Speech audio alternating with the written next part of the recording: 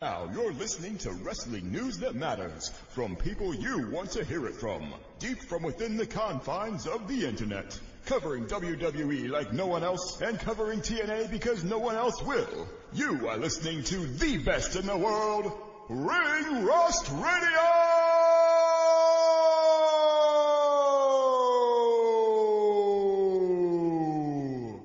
Brad Maddox.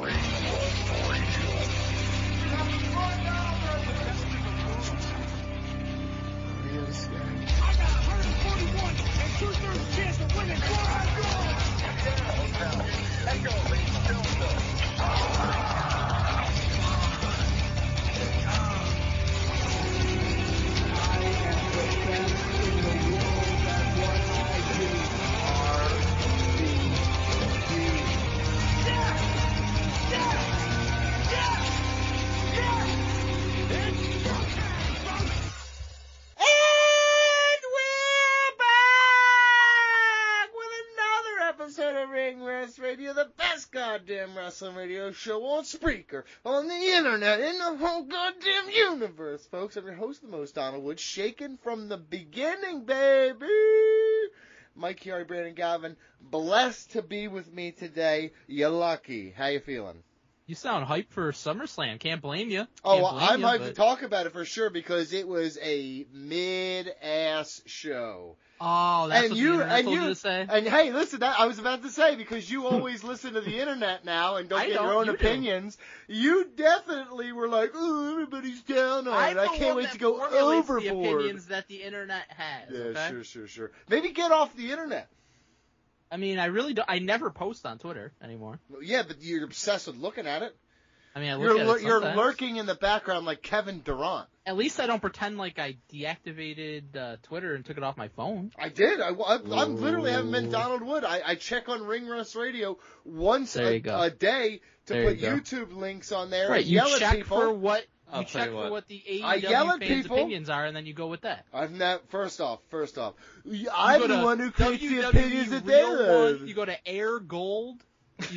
Anyone who's a fucking piece of shit on there. I will say, I gotta tell you right now, the fact that you know the names of these accounts is pathetic. Because they pop up daily porn, only one I know, bud. Only one. Tits of the day, only one I care about. Okay? It's actually Rack of the Day. Does the Ring Rust account follow those? You bet your fucking ass. Rack of the Day, by the way. It's not Tits of the Day. That's unclassy. Rack of the Day, though. We're up to day 197.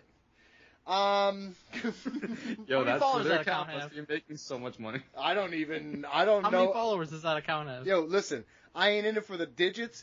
There's only two numbers I care about. 1 and 2, baby. What does that mean?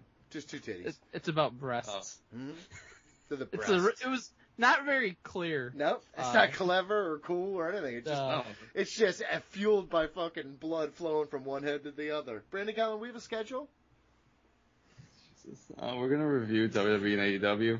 We got Dirt Sheet. We have Smark say the darndest things because it was SummerSlam. Yeah. We have Dirt Sheet Busters. Mike Chiari brings just me because Donnie's a bitch. Mm-hmm. The lies and rumors go around pro wrestling. We have the final WWE Fantasy Season 37 standings updates. Shit is wild. We got fan emails, so much more. Mike, I had someone for the first time ask why. That I am not part of Dirt Sheet Busters any longer.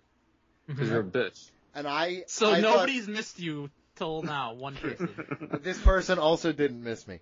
Saying, I think the comment was like, yo, thank you for fucking dipping out on that segment. It's way better without you or something like that.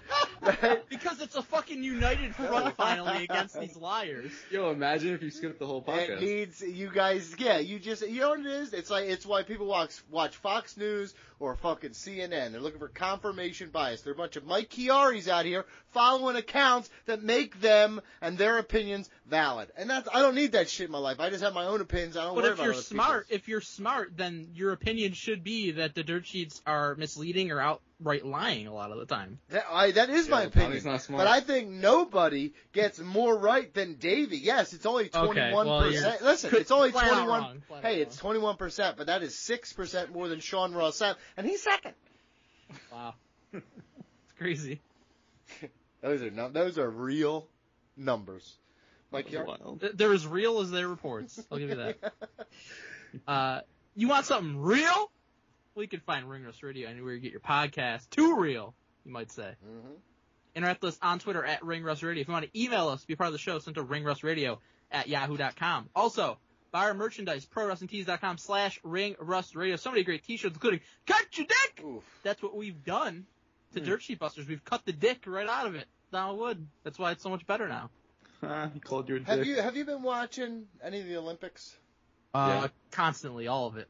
I haven't watched a minute. Are you talking about the dude whose dong knocked screwed up his pole vault? Yes, that's exactly what I was going to go for. That one man at the Olympics. I've seen like little clips and shit like that, but nothing of. I've not watched any. I will not support the Olympics. Ever since that travesty of an opening ceremony, am I right? Oh my God! Let's not do this. Let's not do this. There's your confirmation. People talking about shit they don't even know about. Yeah, no one's. I will say this: as somebody who loves Greek mythology and like that kind of stuff, That's the Last Supper. I was like, well, it could be interpreted as that. The Last Supper was just a throwback to Greek mythology, If you wanted to but be interpreted as that, sure. it's almost like you could be mad at anything if you really want to be mad about it. Uh-huh. I choose to be happy. I'm man. mad about you. I let my Great show. You're Helen Hunt though, because you're cute. All right, go ahead. Well, anyways, I just wanted to say about the guy with the huge dong who messed up his pole vault.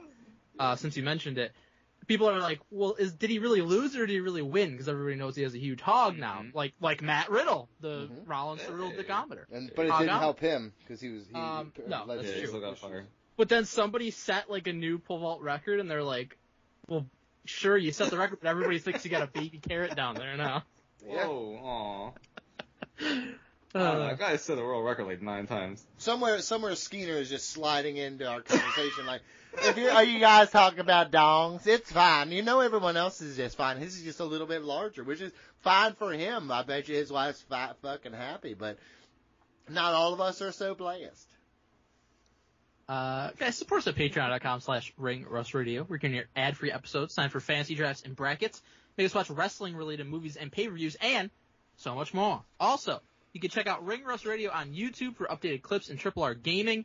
Donnie BG and fans of the show have been playing different games like Among Us, Fall Guys, and Dead by Daylight each week, and posting early access on patreon.com/ringrustradio well before it hits YouTube.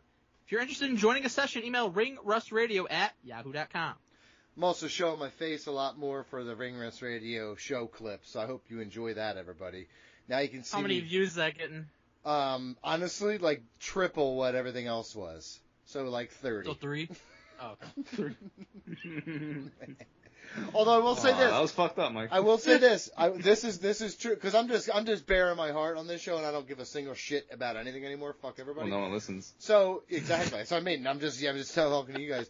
I'm doing a couple videos with Lucy and Donnie because they like the idea of doing a video, and I was like, absolutely, I love doing that shit. So we did like Rainbow Friends, something that was fun for them, and it got 2 views total after several days, I think. I'm not It has sure. 3. Was it you? No, there was. I guarantee you, all 3 were me, my wife, and my mother. There you go. But Yeah, that's after I posted that inside the Ring Rust Radio Facebook group. I do every day I get on. The only time I check Facebook, the only time I do anything. This is why you don't go on Facebook, man. Look. It's the only time I ever go on those places. I literally go on, sign in, post the shit, sign out. I don't even check the responses. But when I saw after a couple of days that shit was up to like 2 or 3, I went back onto Facebook for the first time forever, and I called everybody fucking dirty ass marks for not supporting my fucking kid. And I want to say this from the bottom of my heart: you're gonna miss this fucking channel when it's gone, so you better fucking enjoy it now, because in February it dies because of you. I don't see what happens on Facebook, but I can't imagine that the Facebook group is even to support us. No. In any way. They're there doing their own thing. Can I tell you the truth? They came together because of us, and then they ignore us. I think what happened is the Facebook group has fallen off the cliff, and I think it's because I'm actually included now. I think the day that I came in there shilling show stuff, I killed the vibe of the room, and everybody got soft. You did kill that. It's like the police showed up. Okay, go ahead, please. Our Ric Flair interview video. Okay. Posted 11 days ago, by the way. Okay, thank God. It has 69 views. Let's yeah. go, dude. Take it down now. With no promotion. You see how powerful we are without big dirt sheet behind us? 69 views, dude. You did this. You, the listener. You lazy listener. You can't listen with your eyes for once? Let's go on. We're gonna put this all in order. From LW to Dark, we about to have a discussion about the one true sport. Who's selling the finish? Does this make sense in the art? Tell me who botched, who rocked, who's cashing in on the marks. These takes are uncut, man, they're pure and they're raw. Blow up like dynamite, have you smacked down on the floor. On a collision course with the number one source. Now let's head back to the ring for the latest report. Ring Rust. I guess SummerSlam happened, and I gotta tell you, didn't like it. Wasn't good. Wasn't fun. There's fun moments. It was title change fucking Tuesday over here. Everybody got one. It didn't happen on Tuesday, but Yeah, but I mean, it does the title change Saturday. Doesn't have a ring to it like that. I mean, no one cares. Fuck finish Friday? Well, that's very real. Let's go through some of the matches we saw. Real quick, Mike. Mm-hmm. Before we just, give me your grade now, so I know what I'm dealing with. No, real quick, give me your grade. 8 out of 10. Okay, alright, just making sure. You want a pay-per-view that matters, or no? I want a pay-per-view that I can enjoy. I had that, and I had one that mattered. Okay, alright. BJ, number. So here's the thing, Donnie. Oh my god, I just want a number. Long show. That's not for me. I like length. Lots of ads. Too many ads. All right? Really felt it on this one, so I knock it down a point. Ooh. But Roman Reigns came back, so I bump it up a point. 8 out of 10. He is the over-the-counter champion, which is wild. As soon as he said OTC, I was like, that's over-the-counter. That was my first. That's wild, dude. Like, you have nasal issues. He's big pharma. Yeah, he's coming the back. plug, man. Mine was original tribal chief because the WrestleVotes had to talk about it before. Wait, he was the one getting jammed up by that black dude? Roman the Plug? Is that what his name was? I'm sorry. All right, no. Everyone does. Everyone at work is like, I don't understand. Baby, I don't know what he's talking about. He's like, get out of my search history. Cody Rhodes beats Solo Sikoa. Thanks to Romeo Regs. Coming back, baby girl. Called it. Triple H doing something Vince couldn't do and get over Roman Reigns. So kudos to him for fucking Vince over one. I will say though, but Vince was the one that did get the wheel in motion to get Roman over. Yeah, shut up, dude. Yeah, he didn't. Not defending Vince as a person, but like he did start the whole Bloodline storyline. Yes. Triple H took the ball and he pushed ran. Roman Reigns for 8 straight years. Yeah, and 7 of those years blew ass. So the truth is, the Bloodline storyline is mostly credited to Triple H at this point because Vince would have abandoned ship on it 12 times by now.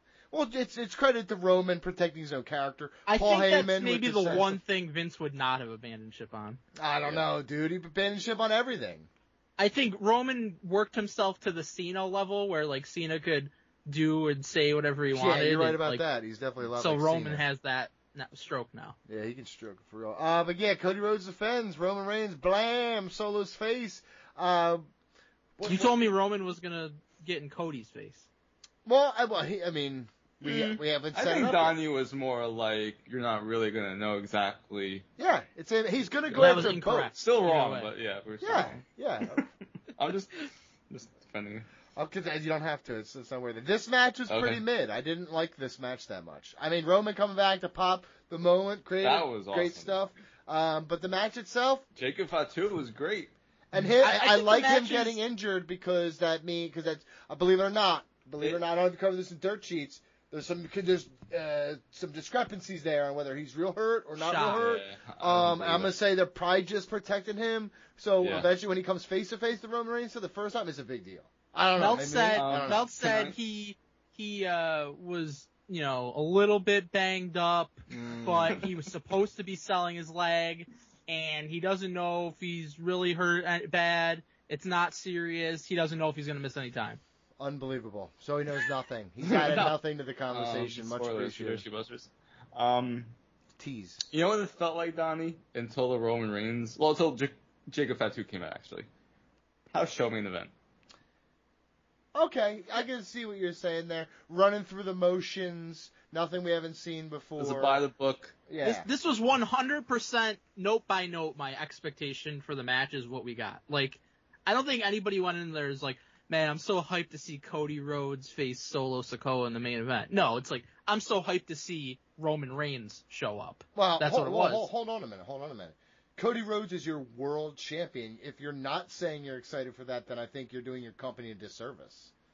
Well, it's more about the storyline. I get it, so, but right. if your sell is Roman Reigns and not Cody versus Solo, you've been building Solo as the top heel in the company for weeks. Roman is your biggest star in reality, even though Cody is the world champion. I would say it's a 1-in-1A situation. Yeah, I think you could. But the match should have been better. The match should have been better. It wasn't good enough for what I expected for more of this match than I got. Well, I think what went wrong here is they held off on the interference for too long because you knew it was all going to happen anyway. Mm-hmm. So they waited too long to get the interference. Then you have two people come out, and then only Kevin Owens comes out. Then Randy Orton comes out, and he's jogging his spot. He was pulling a Jeff Hardy out there. He did pull a Jeff Hardy. He had no urgency to help Cody Rhodes at this point. A lot of history. I think they held off on the interference for too long. And this is, again, a long show. By the time you got to this point, I was like, I'm a little ready just to see Roman. I think you could have cut 10 minutes off this match. That would be my that's a lot. thought on it. That's a lot. Yeah. And it's like I said, this match was not something I was excited about for the in-ring quality of Cody Rhodes or Solo Sikoa. You knew it was going to be booked like insane because it was a Bloodline rules match. You knew that there was going to be so much interference, and you knew that Roman was going to ultimately come out. So for me personally, and I think for a lot of fans probably, it was just like waiting. When's Roman coming out? Coming out during the match? Coming out after the match? Yeah. Once he's showing up, and then he showed up, and it was a huge fucking reaction. Then he gives it was awesome. And it was punch, the best moment of the show for sure. And I think to your point, Donnie, about like you're doing a disservice to Cody Rhodes, and they're really the real storyline is Solo and Roman. That's the feud that's really happening. That's why I said Roman was going to show up, and he was going to have an issue with Solo. Mm-hmm. Yeah, obviously. But he's also wants the title back from Cody. Right. So that's what they're laying out as far as the storyline. Why would Roman help Cody also? Like, he didn't attack Cody. I think just because fuck you, Solo, you're talking a lot of shit, but also Cody beat me, I'm going to be the one to take that championship back. No one else is going to do it. It's two-pronged. He's getting back at Solo for what he was saying, and he does want to be the one to beat Cody. Like, it wouldn't be the same to beat Solo for it. Gunther beat Damian Priest thanks to Finn Balor, and we got the new World Heavyweight Champion. Saw that coming. I thought the match was good, but not as good as I thought it was going to be. I thought it was as good as I thought it would be. Really? Yes, I agree. Okay. I thought it was very good. It's like a 3.5 star match. Mm-hmm. I expected with Gunther, dude. I'm expecting like show stealing bangers every time. I'm sorry, he set that expectation, not me. That dude has fucking absolute all-timers every time he steps in the fucking ring, and when he doesn't, I blame the other guy. That's just who I feel. Even though it wasn't his best match, you still can make an argument it was the best match on the show. It's in the conversation for that. It was, I thought it was a really good match. They beat the shit out of each other. It was hard-hitting. Fucking Priest busted open his chest with chops, which you don't see too often. Yeah, all you need is a fingernail to do that. That's not impressive. Ooh. It's true. It's fucking true. Yeah, you got those fingernails? He definitely, I don't know for sure, but Damian Priest definitely has long, painted fingernails. I can guarantee you. Lana loves I don't think his nails are long, but they're definitely painted. Yeah. So what did you guys think about Finn Balor's interference and how they went about doing that? And the fact that Gunther basically won by Finn Balor interfering. So I'm okay with, I'll go first. I think I'm okay with it because it protects Damian Priest. And I think Damian Priest has a lot of fucking upside. He is a fucking, good-looking young man. Strap that rocket to his back. Give him potential fucking for the next decade. I really do like him. And you need something big from Finn Balor. Not exactly in love with how they did it.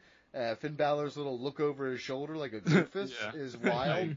None of it really hit for me. I get where it's going. It all made sense. I'm okay with it. I just don't feel like it landed as flush as I had hoped it would. That's all. I have no problem with Balor interfering and that being the reason Gunther won, because Gunther's going to have the title for how long? Till WrestleMania at least. I wanted to ask you guys about that. Over under 600 days as champ. I kind of, well, we have an email question later, and I think he might lose the title at WrestleMania. I think he loses the title at WrestleMania too. Okay. But it'll, I mean, that's still a lengthy title. Hell yeah. That's a good he's going to have a title. lot of clean wins and a lot of great performances, so I don't have an issue with this. Every the only issue I pay-per-view had from now until then, he could be a main eventer.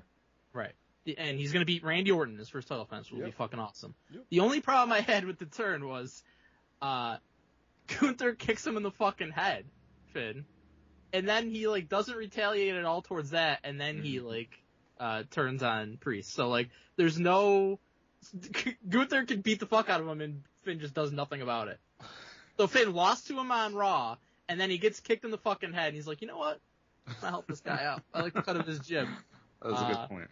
Yeah. So that was him so hard, he didn't remember that anyway. It's True. Again, if I've learned one thing from Aces and Eights, you never know who to trust. That is true. My favorite part of it was when Priest, he kicks out of a move, I think it was like a sleeper, and then just immediately runs over and chokes Finn Balor, and then Gunther, like, attacks him. Well, I also like that, so Finn puts his leg on the rope, and Priest is like, kind of like, what the fuck happened? He looks at the Jumbotron. I like that part too. Very smart. Yep. And he's like, you motherfucker, you fucked me over. He like, it's like he thought he knew what happened, but he had to check the tape to make sure. Hell yeah, as you would in like reality. Yep. Right.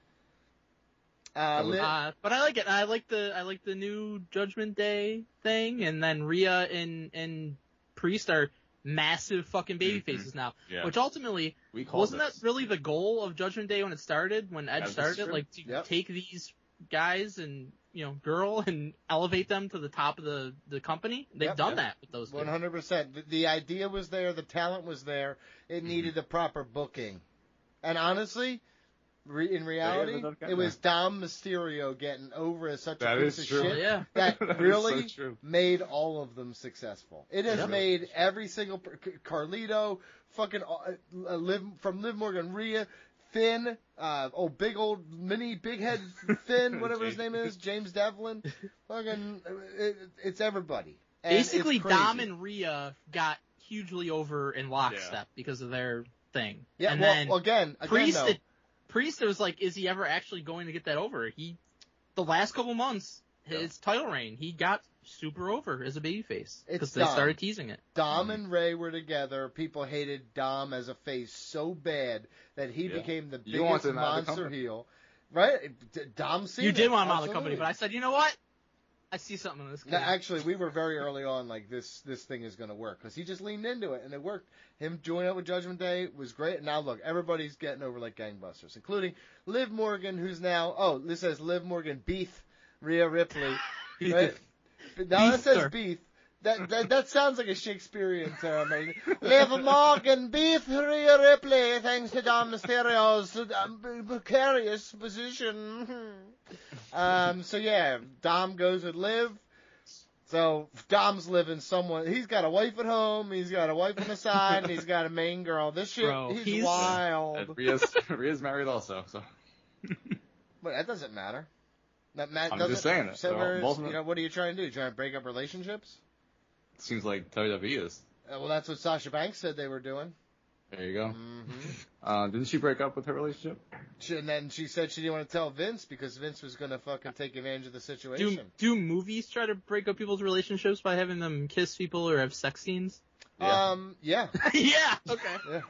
There it is. Why do you think I won't let MK do all of her OnlyFans with someone else? There you go. That's why. Honestly, just let it go. She keeps going out every night and doing fucking scenes for free. She's getting experience before she puts the OnlyFans up. That's what she said. Yeah. She said she did it for the love of the game. I gotta make sure I have chemistry with them first. Yeah. I walk through the room. She's watching Bachelor, and the lady's like, I don't know if I have chemistry with this person. As she is fucking making out hard cock on her leg, and she's like, I just don't know if I have chemistry with them. I'm like, then why are you hooking up with them They so probably hard? met a day earlier. Yeah, and she's just like, I'm not sure you're the one. I'm not sure I like you. It's like, dude, back up, go out for dinner, talk, commiserate. You know what I mean? Do something, man. I can't believe that those relationships never worked out. Is It's this almost the part like that's recording for YouTube, Donnie? Oh yeah, yeah. All right, I'll have to go back and look at what you just did. Hell yeah, dude. I mean, there's a lot of tongue action, dude. I don't know. There you go. Anyways, Liv Morgan's still champ. Like Mike said, I mean, they eventually got Damian and Rhea super over. Like, Damian's reaction on Raw and at SummerSlam is exactly what they've been hunting for like 3 years. Sure, but can I be real for a second? Liv and Rhea, I would hope so. very mid. Very mid That match. was a good match. Yeah, It was I good. That was Liv Morgan's best match ever. I just watched. Might have been. I just watched 14 Liv Morgan and Rhea Ripley matches. This was as mid as the rest of them. Dude. The booking of this match was basically perfect, I feel like. Okay, again. Stomp interference was really good. Not Rhea good. fucking destroying her own shoulder was fun. Yeah, knocking it back into place. Yeah, I thought this was a good match. I've done I think that this is Liv before Morgan's in best real match. life. She was hurts. teaching Will Ospreay how to sell for a There little you while go. there. Enjoyed that. Mhm. This was a really good match. What the fuck are you talking about? It was not a really good match. It really was. I just And watched again, a shit ton of their matches. It's right on par. And then I thought it opened the show too. right, and the booking of it is what took it to the next level. Like, you had a feeling Dom was gonna turn, but he came out there with Rhea. He was in her corner. He was supporting her, and then right at that, he takes the chair from her. Actually, like, frames it as like, I'm helping you. If you hit her with the chair, you're gonna win the title. It's like, oh, that's smart. What a good boyfriend. Yeah, So I he goes bought and into slides the chair to Liv, and she wins that way. And then they fucking suck face for a while. So There you go. good shit. Is that how you talk Creative. about women? That's just sucking face. You disgusting pervert. I mean, I was talking about Dom too. I see how you think of women. Don't do But the that. the match was again on par with all the other ones, which were not good. So Good match. okay, if Gunther and Damian. By the way, Priest we were- only saw 30-second snippets of their previous matches. listen. That's all we needed. I saw enough. Speaking of donks, Nia Jackson Bailey. Thanks, Nia Jackson. That's how you talk about women? Yes. Yeah, it is. It is. Do you remember what he used to say about the Bella Twins? Yeah, I they call were them whores. escorts, literally and figuratively. You did say that. I stand by it too. You shouldn't. That is what it is. Nia Jax beat Bailey thanks to Tiffany Stratton. So Nia Jax is champion. She deserves it. I like her a lot. Yeah. She does deserve it. I like the way they went about this interference, which I kind of didn't realize while I was watching, but then writing all this down, I was like, holy shit, every match pretty much had interference. Interesting. The funny but- thing is, though, like, we talked about this last week, and we were like, pretty much all these matches are going to have interference. Yeah. So- But Actually, what we Tiffany- said was every match will probably have interference, and we're like, well, not every match can have interference. Right? Some are going to be clean, and then almost every match had interference. Majority of them certainly did. you know, having Tiffany basically do a fake cash in to distract Bailey, so that Nia can win, like, I thought that was pretty creative. Yeah. considering that their was- friendship. I like That's that smart actually. booking. I thought this was a Because- good match. I think it's actually not as good as London, but I think it was better than I thought it would be for where they're currently at. I I think haven't this was watched better. that London match in a while, but I do remember thinking it was good. Yeah. This women's match is far superior to Liv Morgan and Rhea Ripley. Huh. No, I think no, Liv I don't and Rhea think was so. better, but this Yeah. was good. No, thank you. I was impressed that they fucking referenced the fact that they had a match in Yeah. 2015 in London. That was fun. Well, Vince is dead, so it doesn't matter. we can reference more than 90 days ago. It's all good, guys. Bro, the 9 devil's years dead. ago they referenced. I know they did. I'm going to say under Vince, it was 90 days. No, I get it. They don't make references, and he's dead now, and he's dead in the grand scheme of things. Almost like Stephanie McMahon out here, dude. You notice she was a guest this time. She wasn't even really She seemed very welcome. much She's alive, been though. a guest multiple times, and Yeah, at WrestleMania. because she hugged CM Punk, and she's like, "I'm single now. Yeah. Why don't you get it?" And So they're breaking up another relationship. interesting. Yeah, I mean, it's what he does. I'm not too sure she'd be hanging around her husband if she was broken up, but Why? This is- Why? You've amicable divorces all the time. I guess. Listen, it's what happens. How much did he know? Maybe in those text messages, he was the one shitting on the girls. I don't know. How much did Shane know? Do we think? Are we gonna wait to see if he signs with AEW? Future AEW Clearly the zero. star. Yeah. We're gonna wait to see if he signs. That's what was in the lockbox. Shane was holding it over his dad's head. He's like, "You've been a pervert all these years." So he did know. He did know. Hell yeah. I put it in a lockbox. Anyways. LA Knight. Tiffany Stratton's Money in the Bank briefcase is great. Yeah, awesome. That's what we wanted. As we said, yes. LA Knight beat Logan Paul after botched interference from Machine Gun Kelly. That fucking loser. And Jeff. To win the WWE United States Championship. As soon as I saw MGK, I'm like, we need Kevin Owens on the fucking case to power bomb this loser. That would have been hilarious if he just came out there. I gotta tell you. This dude's awful. Who? Jeff? Machine Gun Kelly. Oh, agreed. Jeff is better than Machine Gun Kelly. I don't like Logan Paul even a little bit, and I think LA Knight, even winning the title, great. Getting him away from all of this. I think all of it helps him from a mainstream, or like, I guess it helps. A really good feud, really good match. I didn't like the match. I think the match was fine. I felt like this. It was a very good match.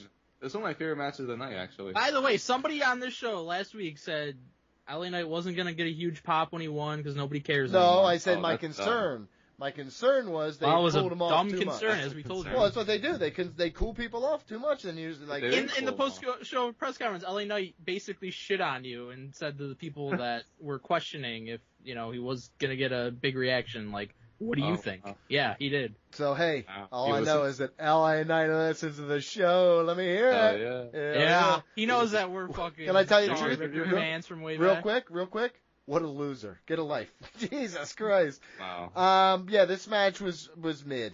So, and all the interference sucked. And a great result. Whoa, dude, that Logan Paul moonsault. I don't care what you say about Logan Paul. Listen. You're right. He's a spot monkey. He's up there doing that when other people do that. Monkey. When other people do spot monkey stuff, you hate it. If he was doing the same shit in AEW, you'd hate it. So I don't even want to hear it. That's not true. He fucking sells, and his matches actually have some psychology to it. Sure. I thought it was a really good match. Old school heel tactics with using the brass knucks, which you supposedly love, but now you hate it. No, again, he's a spot. My only problem with that though, Mike, was LA Knight gets hit with fucking brass knucks, and it basically didn't even affect him. Well, they explained it, and actually, it's what I thought when he brought him up. He didn't.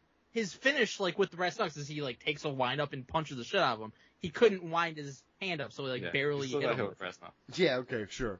You ever been hit with a punch? It hurts a lot. Add a big chunk of metal. It wasn't really a punch though. Like he barely even could move his hand because he had him up for the belly back suplex. No, we're not gonna do this. Yep. They explained it on commentary. Yeah, and it's listen. Just because you explain something doesn't mean it's an acceptable explanation. What I thought as I was watching it, and then they said the same thing. Because you're a fucking biased piece of shit looking for fucking excuses when shit sucks. I am a biased piece of shit. You're saying. Yeah, thank you. All right, it's on tape. Interesting. It's on tape. We got it on tape. Great. Braun Breaker beats Sami Zayn to win the Intercontinental Championship. Intercontinental Championship? Because I heard Sami Zayn's going to be in the Bloodline. That's my ID. You can read about it on Bleacher. That's your idea. It's on. Well, he's not going to be in the Bloodline. He's going to be going against the Bloodline.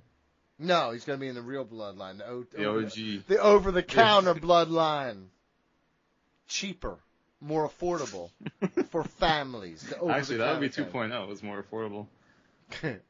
Anyways, this is what should have happened last month. Yeah. This is almost to a T what you wanted like predicted for last month was that it was going to be a quick match that Braun basically dominated. It should have been. There honestly were no reason for them to do what they did last month. Just don't do last month at all. I was actually surprised that this match was as quick as it was. Yeah. Not me. This is what it should have been. This is my match of the night. This is exactly Really? It was. It really was. Because it's exactly what it needed to be. Braun looks like a bad motherfucker. So many of these matches were exactly what they needed to be, and you cried. Yes, but this was actually like listen, I'm not being oversaturated. It was a fucking quick in, quick out, got what it needed to do. Braun looks bad as fuck. Sammy's sympathetic. And it was actually from a booking standpoint and from a match in ring perspective. I love it. It was really well done. I'll say essentially every match on this card was exactly what it needed to be. No, because in ring wise, shit could have been better. 100%. These matches were not impressive. If this was on fucking, yes. Did they further storylines? Yes. Is that what's going to happen? Yes, I agree with all that. My problem is, I am also here for really good fucking wrestling matches. That's important to me, Mike. I know that's not as important to you as it is to me. It's super important to me. Sure. And I didn't get that shit here. Is important to me. Moving story along is important to me. Yes, as it is Selling to me. is important to me. But again, if this is a pie chart, I think I put more value into quality of wrestling matches than you do. If my choices are right or wrong, storytelling, moving stories along, selling, or having a quote-unquote 5-star match by jumping all around and selling nothing, I'll take the former. Yeah, because the way you phrase it makes you seem like a piece of shit. But if I'm, as I said, as I'm saying, is a pie chart, in-ring quality to me is a larger portion. Yeah, so, no, pie chart. It's a circular pie, and it's 100%, and each fucking segment. 100% for you is 5-star matches without selling. No, I would say like 40 to 50% is quality of in-ring work. Okay. Maybe more, honestly. Probably 60%, maybe 64%. Donnie. Up and down this card, 7 matches. Mm-hmm. Was there a bad match? I think Liv Morgan and Rhea Ripley disappointed. I think Gunther. If there's a bad match. How about this? Under 3 stars on this card. Is there a match under 3 stars? Yes, I think really? Liv Morgan and Rhea Ripley was under 3 stars. Why do you hate that match so much? I just don't think it was that good. It was actually. I don't think you watched the match. One of the better matches. Yeah. Listen. I did, and I didn't. Listen, man. I can have a different opinion than you. I don't. If this same shit happened at AEW, you wouldn't be jerking it off like this. Yeah. To say that's under 3 stars is. It is. I actually think the Gunther Damian Priest match is 3 stars on a good day, but it ain't. It was like a Raw main event maybe, but not that great. Certainly not something worthy of the world title changing. I get that you have these things. Nothing to me, Liv. I set high expectations. It's SummerSlam. It needs to be huge. And the storytelling and the moments, well, all the pieces were there. On paper, it worked. For me, it didn't land flush. It didn't land as well as I hoped. Yes, they did all the things I wanted them to do, but it just wasn't as good as I had hoped it would be. Imagine doing everything you want, and then come up and complaining. Well, no. Do you know who does that? Who? Donnie. Yes, and his best friend. Dave Meltzer. Oh, George Cruz. Yep, that's true. Oh. But no, listen, again, I like story. No, again. Wait, sorry, did you say Dave Meltzer? Yes. So I'm looking at my... It took me a minute because I wasn't paying attention, then it caught me. Let's go on to Drew McIntyre and CM Punk. Again. All right, let's go. Listen, my match of the night right here. Agreed.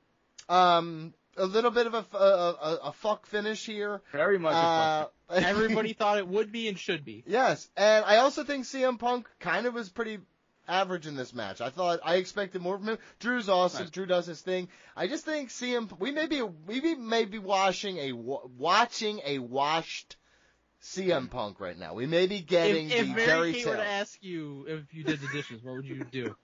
I would say the CM Punk. There you go. You would yell CM Punk. CM Punk. Here's the thing, Donnie. I'm not going to get the joke because I don't want to say it anymore. I don't like it. CM Punk is 45 years old in his first match back from tricep surgery, and he's had multiple injuries over the past several years. Probably doesn't want to get hurt again. What's he had? 3 matches in he's a bitch. 2 years? So he's a soft-ass bitch. Charmin soft like that guy at the class. Did you tell that story on air? Nah. I popped the boys, brother. I popped the boys. I didn't pop for it. But I do think obviously you're gonna get a different CM Punk moving forward. I hope so, because this one's mid as shit. It's story-based. 24-year-old CM Punk. He's listen, he is stale as fuck. Really stale as fuck. What he are you is. talking about? He is boring. He comes out, he cuts the same fucking thing. He tries to get the crowd to chant CM Punk. They won't, so he just keeps saying shit till they do it. Yesterday, aren't you the one that creamed your pants for years straight when Britt Baker cut the same promo every week?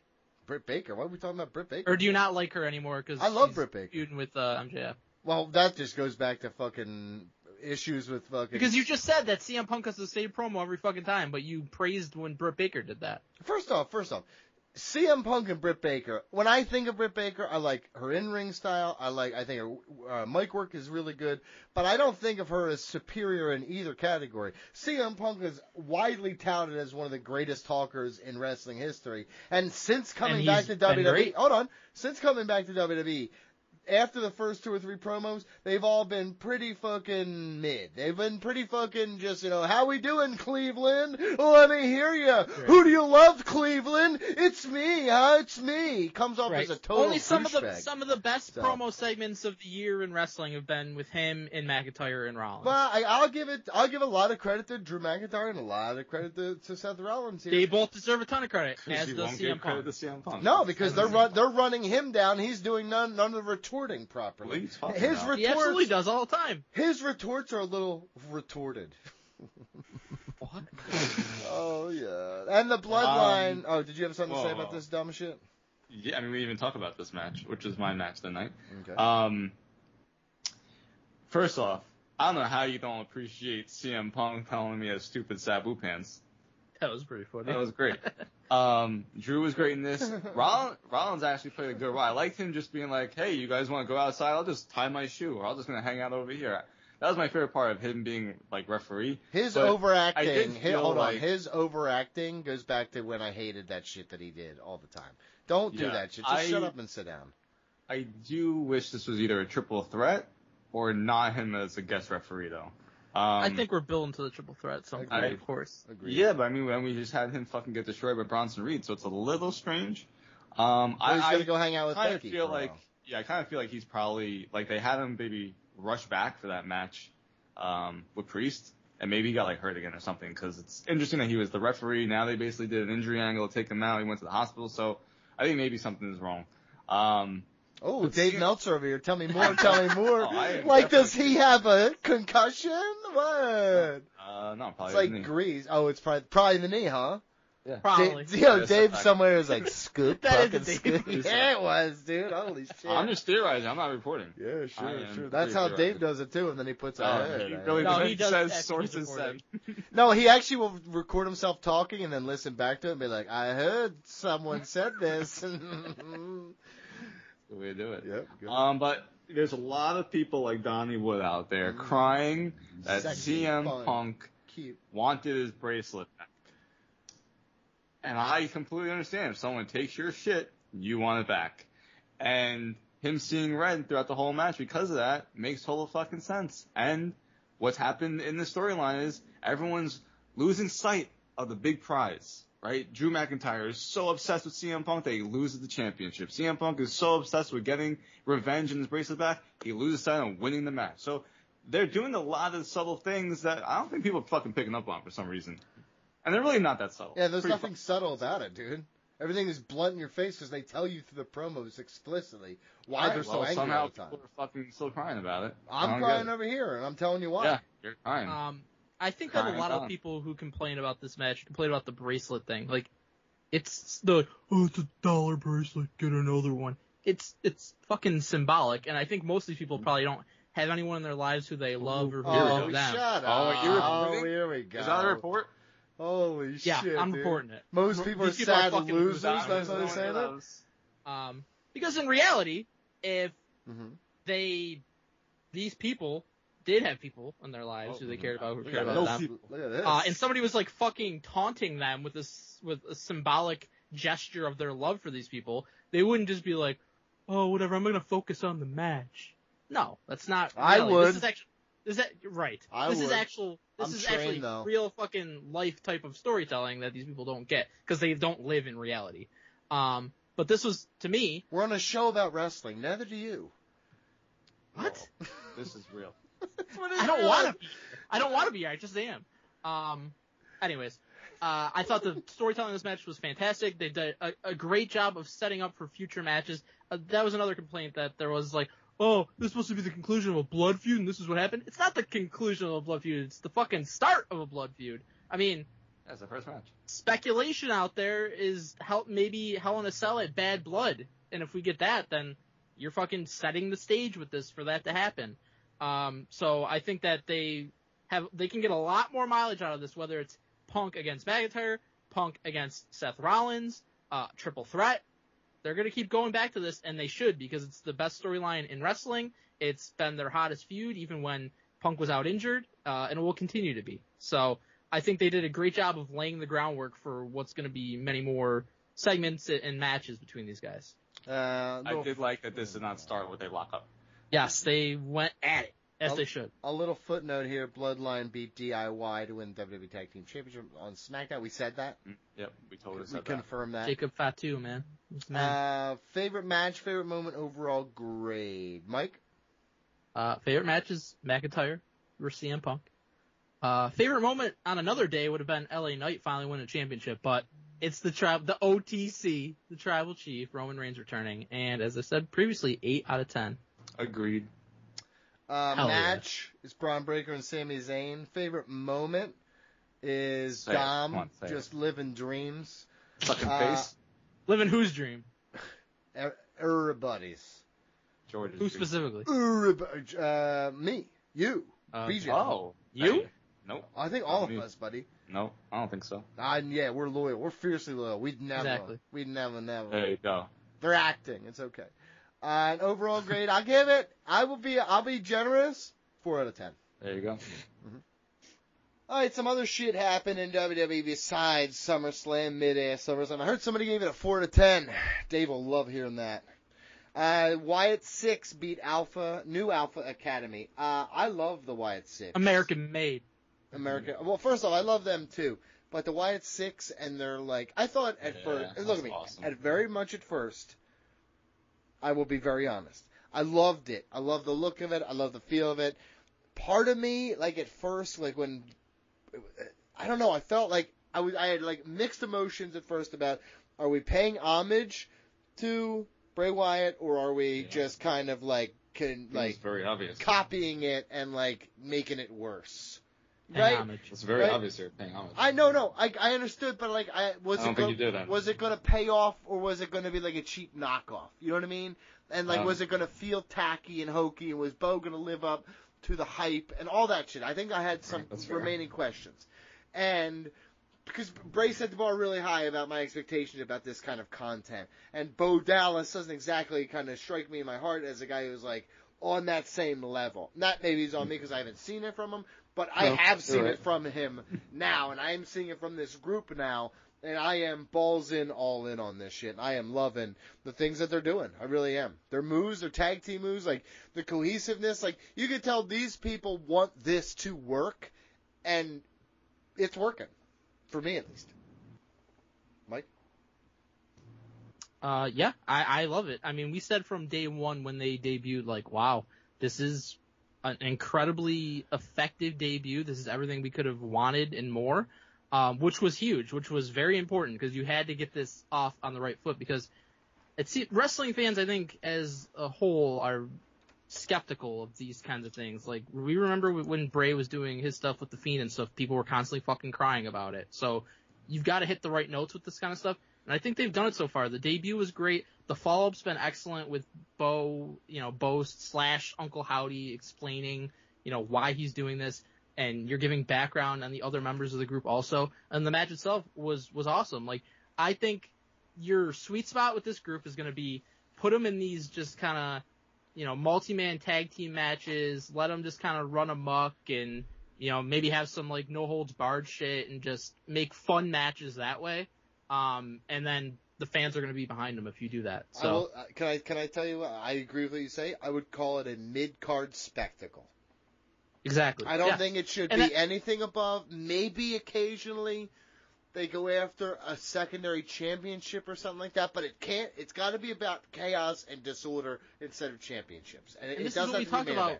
We talked about this a little while ago, and that's what I said. Like, I don't want Uncle Howdy going for the world championship. I don't really necessarily need them going for any championship, for the most part, and just have it be a fun part of the show that people enjoy. And like you said, in the mid card, and I think they can live in that spot and make for some entertaining television, and they have so far.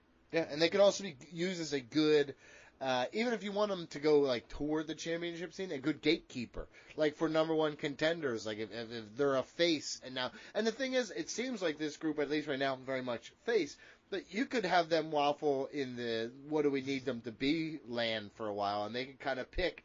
Like, they can fight good guys and bad guys, and it's just, it's all part of their, like, they want to, like, sow chaos seeds everywhere, so I think it would work that way, too. So, I could see Cody eventually, once he's fucking washed up on everybody, him going against the Wyatt Six or something. Yo! Rev him if you like the idea! Ah, Dean shit. Ambrose is here. Bronson Reed sent Seth Rollins to the... Do we know why yet? Maybe I missed this, but why they attacked Chad Gable? Yeah, because Bo Dallas and Otis are best friends. I think Bo Dallas kind of like implied that it's because Chad Gable like turned his back on people, just like people turn their backs on them, and that's why they're in this group together. There you go. I disagree with you guys a little bit about the championship picture. I agree about the world championship, but I can see them easily having like the tag team titles, maybe even the women's championship. Because she's awesome. Okay, I'll take it back. I don't want to see Bo Dallas in the world title scene. Right, I agree with that. Okay, does that make sense? Primarily, yeah. Sam Shaw, probably not a world title scene. Eric Rowan, not a title scene, but like tag team titles, women's title. Yeah. Tag team, okay. Yeah. Make Sam Shaw identify as a woman, and they can be women's tag team champions. Oh boy. What are you gonna tell him? No, it's 2024, dude. No, I wouldn't. He should be boxing. Am I right? He has beautiful dreadlocks, dude. I didn't do it. Bronson Reed sent Seth Rollins to the hospital with like 15 tsunamis. Go. Dude, this was fucking awesome. awesome, man. I want another one. I love Bronson Reed, and I think that Triple H loves him more than I do. He does love him because he brought him back right away when Vince was gone. This was so weird, though.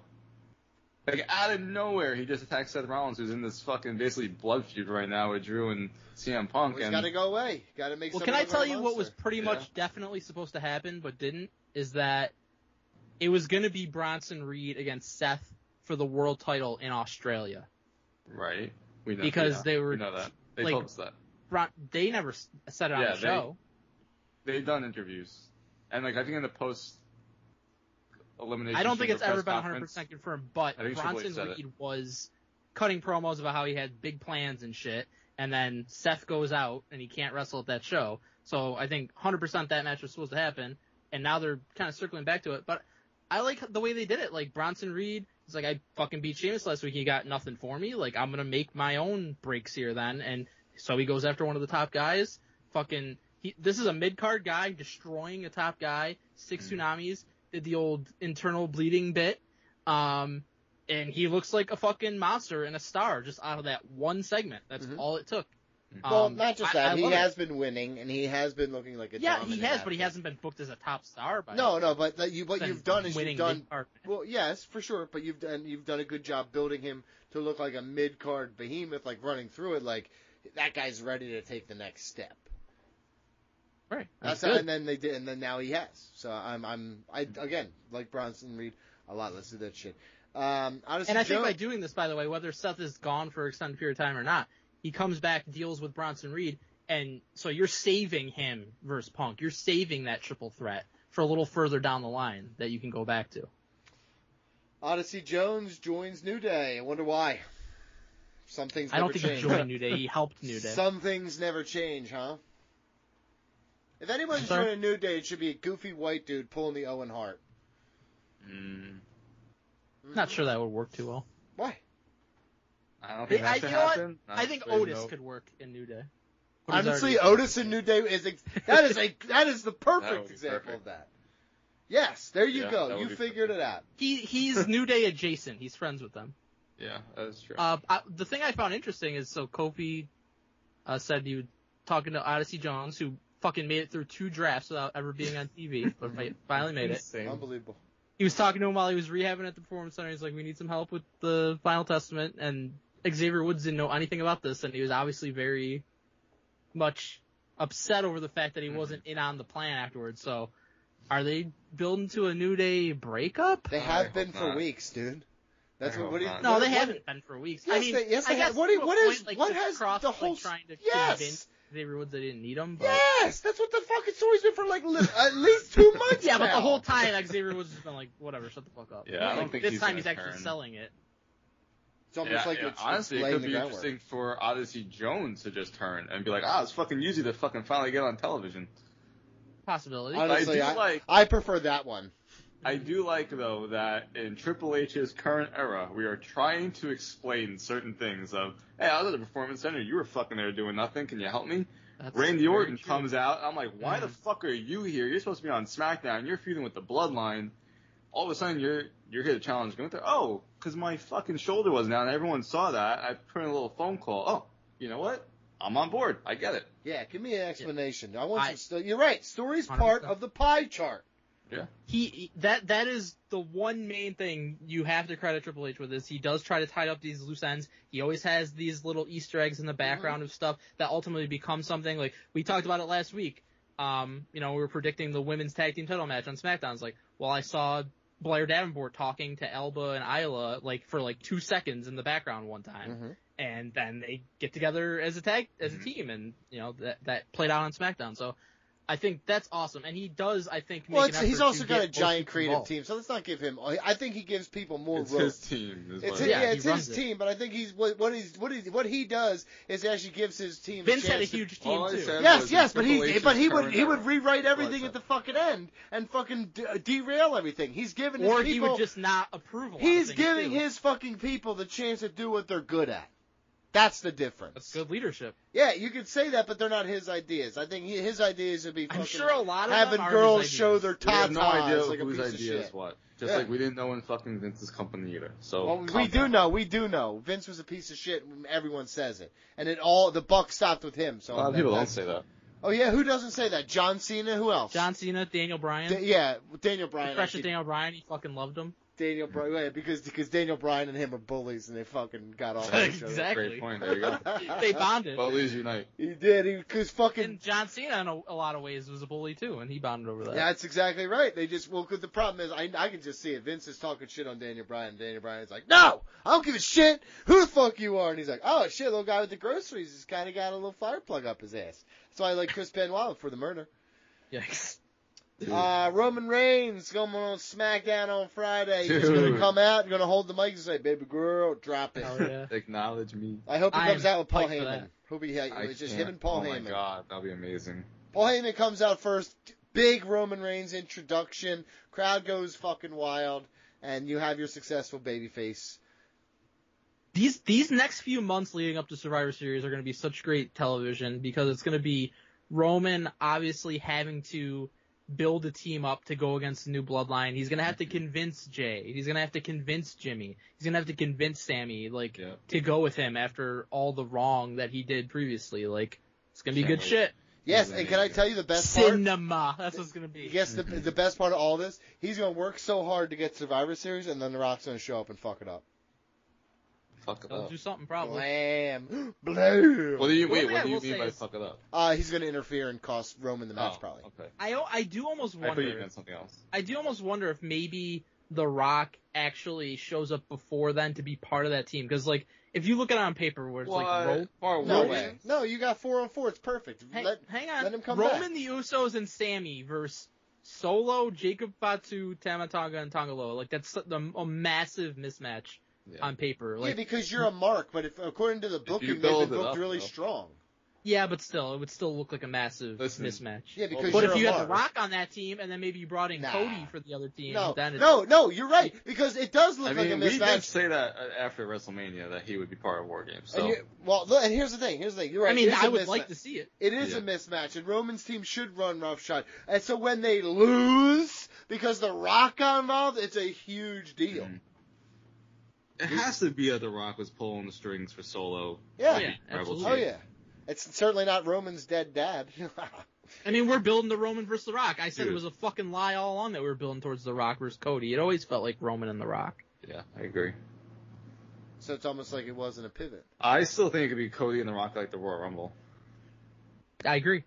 I think, I'm the one who said this! Roman rocks the title. I do agree with that. I think Roman wins the Rumble. Stop. I literally, the article goes live Friday or Saturday. But We've talked about this. I know, and this is what I've said from jump. The Rock comes back, costs Roman the match at Survivor Series. At Royal Rumble, he beats Cody for the championship. At WrestleMania, Roman beats The Rock for the championship. There you go. I said that. I've said that. Roman I just said I just got a little early. I thought The Rock was going to win it at SummerSlam. No. I said that months ago, and you know that. I said it like 2 years ago. That's very Roman true. absolutely should win the Rumble. He's one of the fucking greatest of all time. He's only won it once, so you get him his second win. The first time. Did you just say he's one of the greatest of all time? Yes. That's You don't very think Not stupid. even a question. He's not even top 40. The first time he won the Rumble, There's he been was in a hundreds fucking of piece of other shit superstars. city and Yep, and get he's the not even proper top reaction. 40. Now he'll get the proper reaction. To be one of the greatest of all You time, don't you got to be think at least Roman- top 25. You don't think At Roman least. Reigns is one of the greatest WWE I don't. superstars ever? He knows that he is. I but don't- John I don't- Cena's over here it- calling him the best ever. Well, it here's the destroys thing. his entire being of the past 12 years on the show if he admits it. So No, I mean, to be very honest with you, there's the longevity. Basically saved this fucking company. I mean, he's like, you know what he is? He's like Peyton Hillis. Pretty mid-career. Great spur, like great 2-year period. Nah. But and we'll see how it goes couldn't from be here. anything less like Peyton Hillis. Yeah. Soft Fuck tissue that. injury, man. WWE Bash in Berlin confirmed card. Gunther, Randy Orton. My analysis gonna be get. It'd be good. I really like their King of the Ring match. Like I said, hold on. Gunther, Damian Priest. I expected it to be really good. It really wasn't as good as I thought it was going to be. Gunther, Randy Orton. I expected it to be good. I think it's going to be real good. Of course, it'd be good. Okay. And just to go back to what BG said real quick, the fact that they pulled from months ago something that happened with his shoulder being up, like they didn't say, well, they did mention it after it happened. Triple H mentioned it, and he mentioned giving Randy another opportunity at some point, but then time went by and you kind of forget about it, and they went back to it. So, ton of credit for that, and it makes sense. And I'm very excited for that match. Yeah, Raw did a good job of just kind of resetting things while also obviously projecting a lot of things moving forward that we still have, Right. like the CM Punk storyline, Judgment Day storyline, but like this is completely different than what we just had. And I really SummerSlam appreciate felt that. like a reset in a lot of ways. 4 title changes, Yeah. all title changes we wanted and said Yeah. should Kind of what happen. you want from the big four. Yeah. Yeah. Yeah, it's a good temple. Yeah. You know what I mean? Like, you don't always have to do it, but when it happens, you're Mhm. like, this is why it is this way. Yeah. This is what it is. This is what it is. This is what it This is what it's supposed to be. You say here, and we're going to go on to AEW now. You say ignorantly here, nothing worthwhile happened besides Britt Baker reportedly getting suspended over MJF. Really, this is an Alicia Atout problem. What? So it is what it is. Are you blaming she's her a snitch? because she's not really a key part of the show or anything? I'm blaming her because I think that what happened was, I guarantee you, she's the one who called HR into the situation, which absolutely, can I say one thing? One thing that bothers me about, like, just the world in general is this rush to cry and be Sherman soft as the kid, complaining about, the man at the motorcycle thing said, I'm going to give that instructor who just spent 2 days with teaching this motherfucker how to be a better motorcycle guy, helped him get his license, still said he was going to give him a negative review. Wow. On fucking Yelp or whatever you review motorcycle instructors on. And guess what? You are a Yellow pussy! Pages. You are a pussy. You can't handle someone saying, hey, no, get back on the fucking bike. Stop being weak. Come on, man. One thing I'll say about this situation, Oh my God. again, She it's talked all- shit. it's all He said, heard she it. said, They we have- confronted. it's all he said, she said, we have no idea what actually Oh happened. shit! Limp Biscuit! It's all about the he said, she said bullshit, Mike. But anyways, if Great Britt song. Baker was talking shit about MJF to Alicia Atout, wouldn't the expectation be that Alicia Atout would tell MJF Sure. about it? Okay. Sure. So maybe So, she I mean, wants that smoke. It was kind of dumb on her part to do that. No, And expect no smoke in return. Well, hold on a minute. The smoke should just be handled, and it's not a fucking big deal. It doesn't have to go to human resources. What are we even talking about?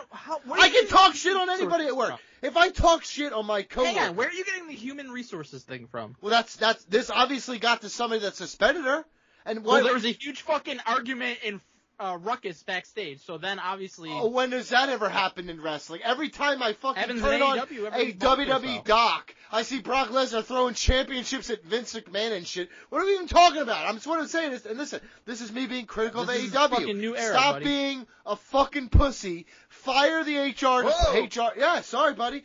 Tony Khan, fire your HR department. You don't need that shit.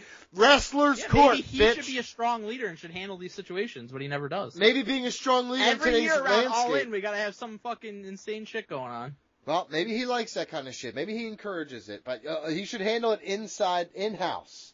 That's one thing I loved about Vince. You guys got a problem? We're gonna put you in a fucking storyline together until you work it the fuck out. I'm gonna capitalize on you. That's what should have happened with Punk, and it didn't. Well, I think Punk also didn't want a part of that, and I think the Young Bucks didn't want a part of it either. Punk said he did want a part of it. Yeah, well, it's easy to say that in retrospect now. Oh, okay. It is. Again, you're telling me CM Punk is going to say shit to cover his own ass? Hold on a minute. About it. Are you going to fucking... Hold on a minute. The Young Bucks have been silent about it, and they danced around when he got fired. Are you going to... Listen, let me ask you a question, Mike.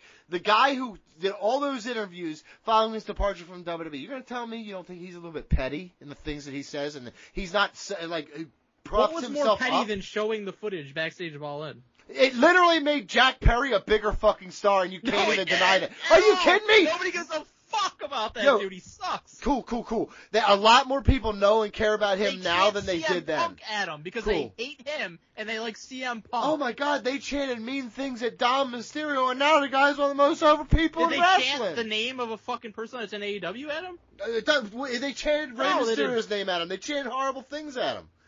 And who cares? Like he's getting the reaction. Guess what? He's not getting the reaction. He took pictures of Drew McIntyre and blew the internet up, dude. Are you kidding me?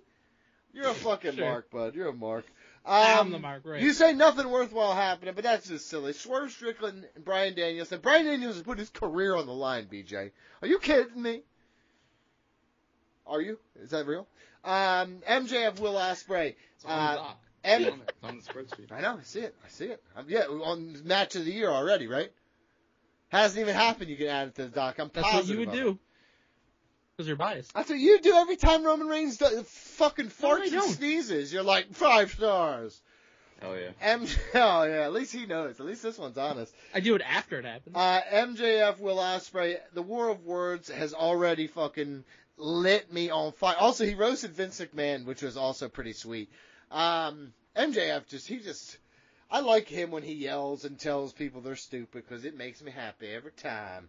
And I like Will Ospreay. Oh, Willie boy. He's, Billy. Oh, Billy.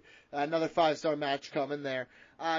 Britt Baker suspended, so, we're just going to put a pause on that for now.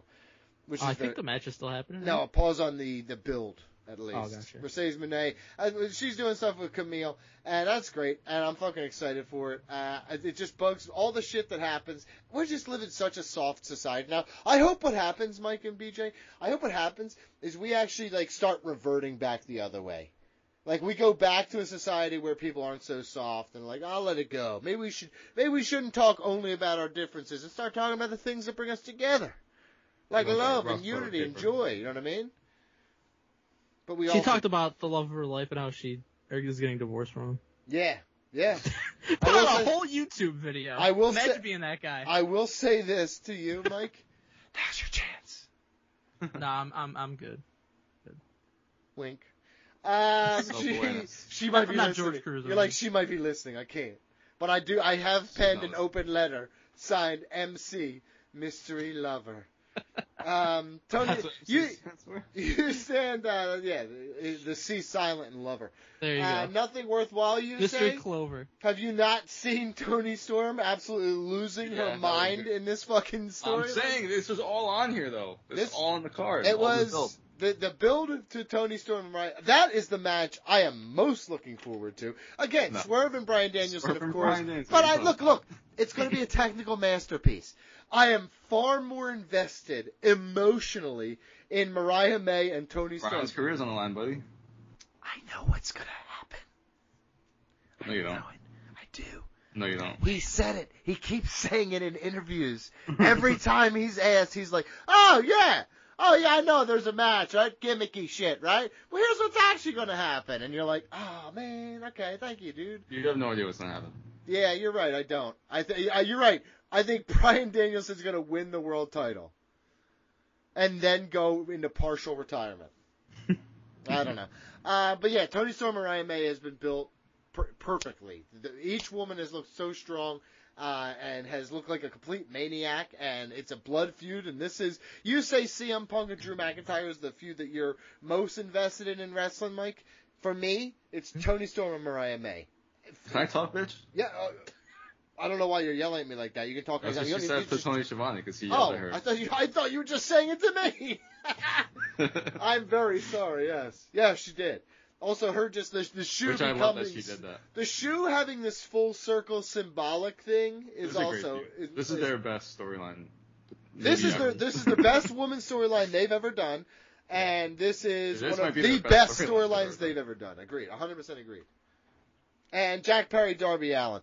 Fucking you say nobody cares about Jack Perry. You wrong ass motherfucker. You know, nobody in your dumbass circle of friends, maybe. You and Tim and fucking your dad or whatever. No, none of my friends watch this dumbass shit. That's very fair. That is very fair. Real quick. They're like, you're a loser for that. Have I been right or have I been wrong from 2 weeks into the Elite storyline where they beat up Tony Khan? Have I been right or have I been wrong saying it wasn't going to amount to anything? I mean, I don't think it's even arguable that you can say Jack Perry isn't like vastly more over as a character it's completely in arguable. AEW I already did it than he was before the video was shown. Well, Donnie, who are the Young Bucks going to face at this pay-per-view? FTR? Well, FTR. FTR and the Acclaim seem to be feuding against each other, so I'm thinking maybe we do multi-team match here. Again? Yeah, well, Who's Okada facing?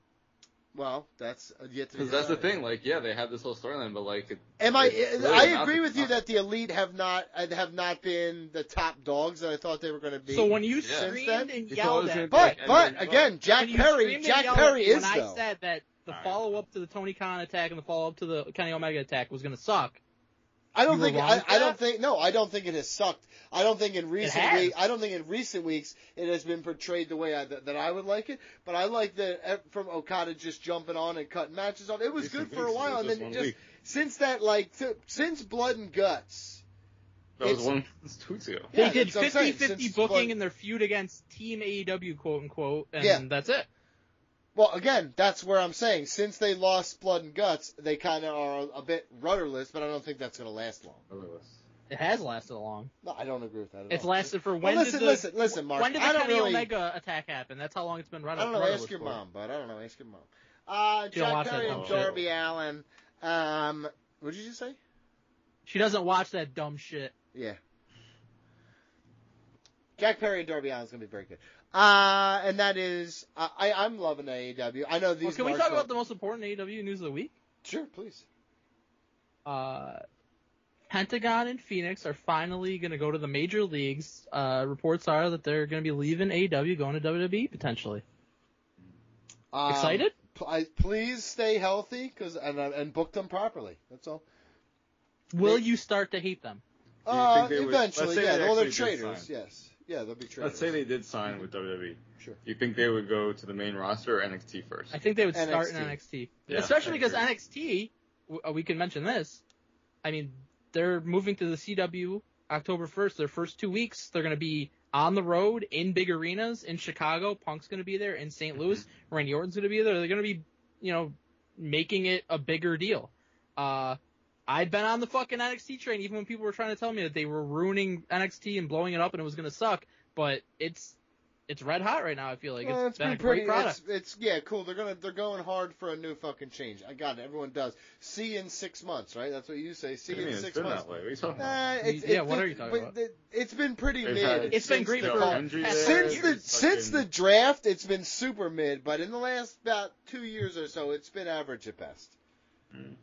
You're very wrong on that. No, you're the same guy who'll tell me Soul Rock is fucking great, and then watch Will Ospreay match say it's Yeah, she's really good. Yeah, she's really good. She's been. Will Ospreay does it all better and tells a better story in the ring. And Will Ospreay's been training for 20 years. Sure, but you don't like that, but you love her. So how are you going to justify that? I don't try to claim that she's the greatest wrestler in the world. Okay, no one said. I'm just saying. I didn't say that either. Yes, a lot of people do say. Cool. Well, I'm sitting here in front of you talking to you man to man, and I say, no, I don't think he's one of the. I think. So I will say he is one of the best in the world. I say that he is one of the best in the world for sure. I'm not going to say he is the best. I'm not saying. I never say Sol Ruca is one of the best in the world. I never say Sol Ruca is a great seller. John Moxley. She's come along a lot for having wrestled for 2 years. What's Mox doing? He finally got a vacation. He finally got one. I will say this. 5 years ago. Seriously, he had a child. The kid is like 14 now. By the time he had a vacation, dude. Holy fuck! All right, Patreon poll results. For those who don't know, every first of the month, put a poll on patreon.com/ringrustradio. If you donate to our podcast on patreon.com/ringrustradio, you can vote, leave a comment. This month's poll, courtesy of Mike Chiari, was, who is Mr. or Mrs. WWE SummerSlam? You guys want to take a guess who the best performer ever at SummerSlam is? According to our supporters. Brock Lesnar. Well, my answer to the question is Brett, so I'll go with Brett. You're both right. That's tied. There we go. Good. The Ring Rust Radio account voted for Bret Hart, so that's why he's tied for first with Brock Lesnar. Okay. I would have liked to see that match, by the way. Who did that? Bret Hart versus Brock Lesnar. You did that, because I had voted for Brock, and then you changed it, and I saw it yesterday, and I was like, you know what? I don't know why I thought about it, because based on our conversation previously, I was like, I think we'd all vote for Brock.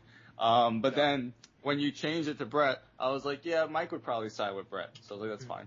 Yeah, it's old school guy. It's definitely just for the perfect match and then the Bulldog match. Yeah. Next up was Shawn Michaels with 13% of the vote. There he is again, dude.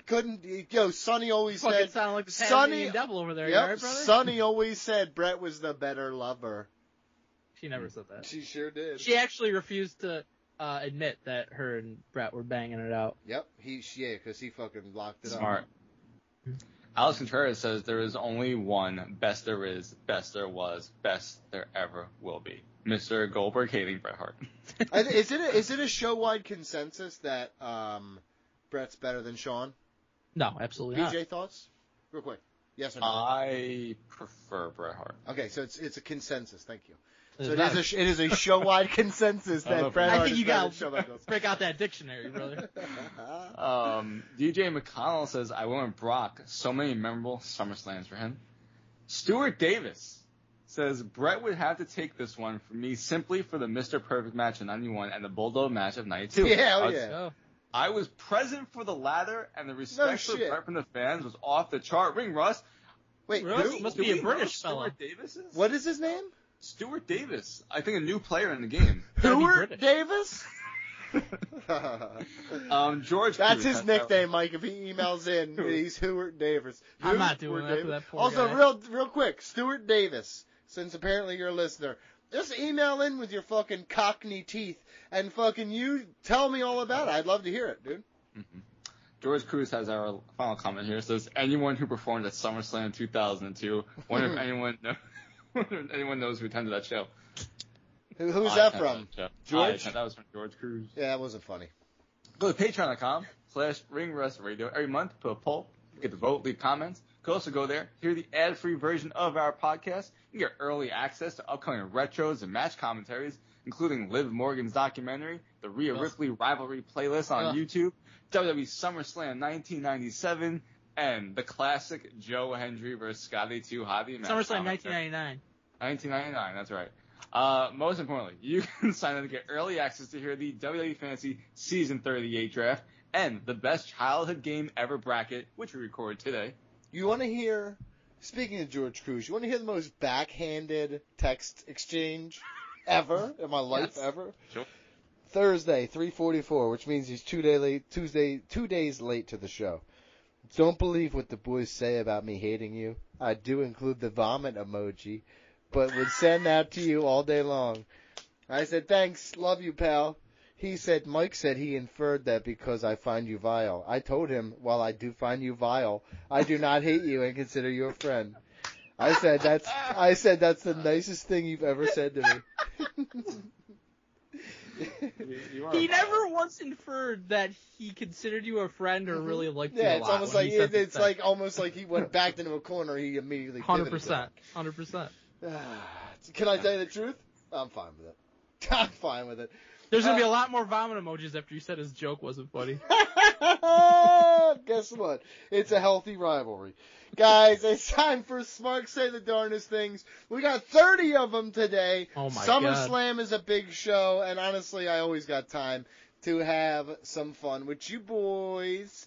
So listen, Smart Say Darnest Thing. It's easy. ringrustradio@yahoo.com. If you find dumbass comments on the internet, any platform, send them in. We'll read the best ones. Big thank you to Chris Jeter, Matt Bowers, Clint Williams, Jim Del Chapo, Tyler Sutton, Leon CK, I'm sorry in advance, Caleb Varicki. Nice. Varicki. I always fuck up his last name. A new player in the game? No, I think he's emailed before. He's Sounds a familiar. longtime friend. So, Jesus Christ, dude. Will you fucking please remember names? Fuck. All right, Mike, number 1. CM Punk looked washed tonight. Yes. Constantly on the defense, not taking any moves. And people told me he was one of the best wrestlers. AJ can make another Brasselt ass hot! Ass hot!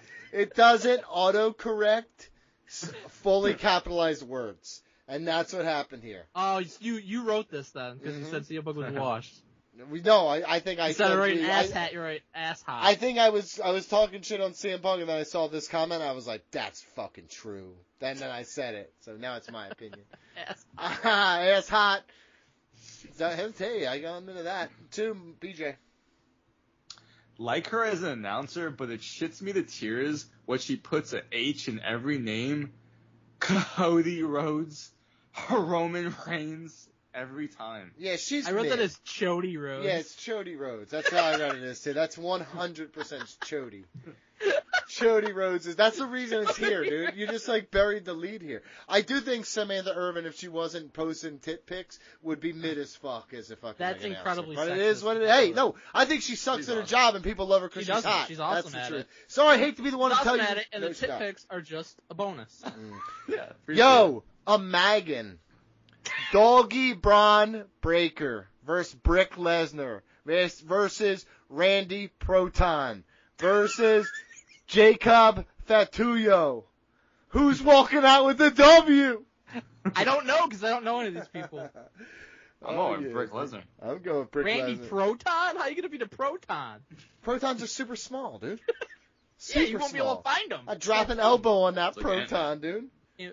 You might as well call me the Higgs boson. Not going to call you that. 8 people got that. I got, you know what? Less. I'm going to say fucking less. I'm insulting you, the fan. Less. Number 4, please. Old boots. Find another way to defeat opponent is not longer useful. These campions are beaten to the last breath that Boots worked on. Old days, not no more. Not no more. I have no idea what this I don't dude know was what's talking about, but he was so don't know. mad about old boots. And campions. Campion! It's Alberto Del Rio. El Campion. No, that was Priest. He was El Campion. No, it was Drew. No, that Yes. was Alberto Del Rio. Was El Champion. Damian Priest been calling himself El Campion for months. Cool, that's great. Fucking Alberto Del Rio was doing it back when he was beating Paige up. Dude, Yikes. he wasn't champion. Number 5. Yeah, he wasn't champion then. Draw McIntyre is best player of WWE. Draw McIntyre. Also, just the best player of WWE. Yeah, you're right. No, he's good. You guys are letting Hunter get off? Fuck him and WWE. We're living the fantasy of long-term storytelling through WWE creators that actually care about the brand / wrestling. In 2024? So hasn't done anything to main event anything. Stop playing with Cody Rayne. SummerSlam. Is this George? This was a lot, dude. But I do love it. Just hey, it's this chain of thoughts, and then at the end, he just stop playing with Cody Rayne. And the thoughts do not really link up too well. No, I said, it's more of like a chain of yeah, you're right, not a chain, more like a flood. 7. Don't worry, Rhea. You can be my mommy any day. I'll be your bitch. Okay, all right. I'm starting to get a little bit pissed off about people doing their sexual fetishes in the streets. You know who I think said this? Andrew Samson. Yeah, I mean, honestly. But no, I just listen. You want to do freak shit? I love freak shit. Hell yeah. Just don't do it in the fucking street, please. Get the fuck off my fucking property. Have some decorum. Have some class, dude. Dress up like a mummer and shut the fuck up. All right, go ahead. How Bailey carry the big girl?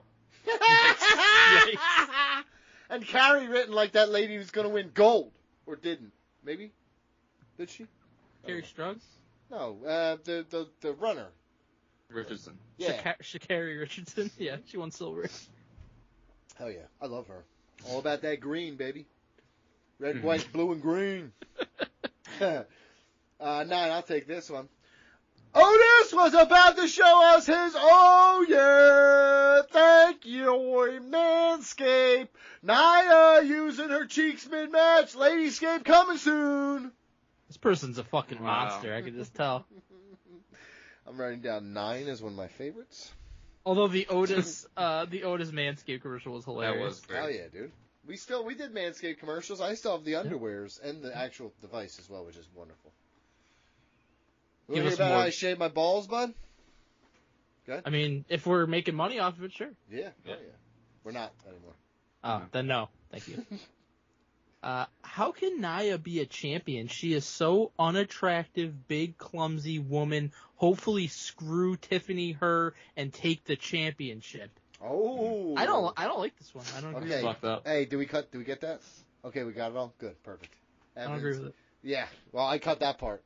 I just got you saying all the horrible shit first. You would not go to any trouble to cut anything. Yeah, you're right about that. I don't even cut it for fucking ads and shit. Nope. No, that stays in. That's extra.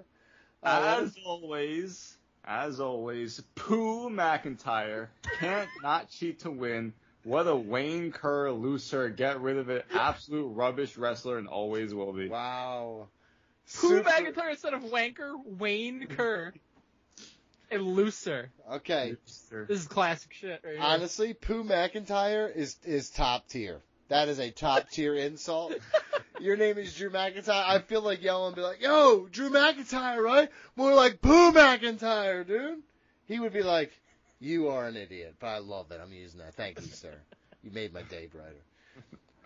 Damien, don't need you or the Judgment Day. Hey, continue all. 1, 2, 3, shake that up.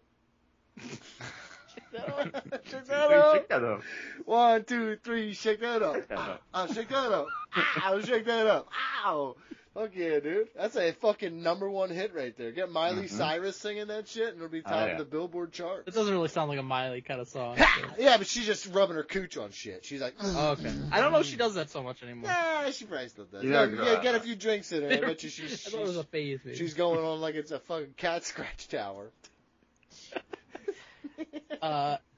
He deserved this and so much more. Go Roman all the way. I can't stand Solo and his persona, but I'll admit, he is a good wrestler. That's fair. His pie chart's probably more towards stories and character development. Yeah, I and like stuff this guy, yeah. So a little bit's still to the wrestler, so he's there, you know what I mean? This 14, please. When I saw this, I cackled like a fucking monster. Never liked Finn Balor. He's like Drew Pickles. How is he like Drew Pickles? Look at me. I don't know if I just it's looked it up and I was like, what? Drew dude. Pickles is like Angelica's dad, right? With the glasses. Yeah, he like Drew Pickles. No, He is a lot like, dude. He is a lot like Drew Pickles. No, he's not. Yes, he is, dude. Wait, is that Tommy's dad?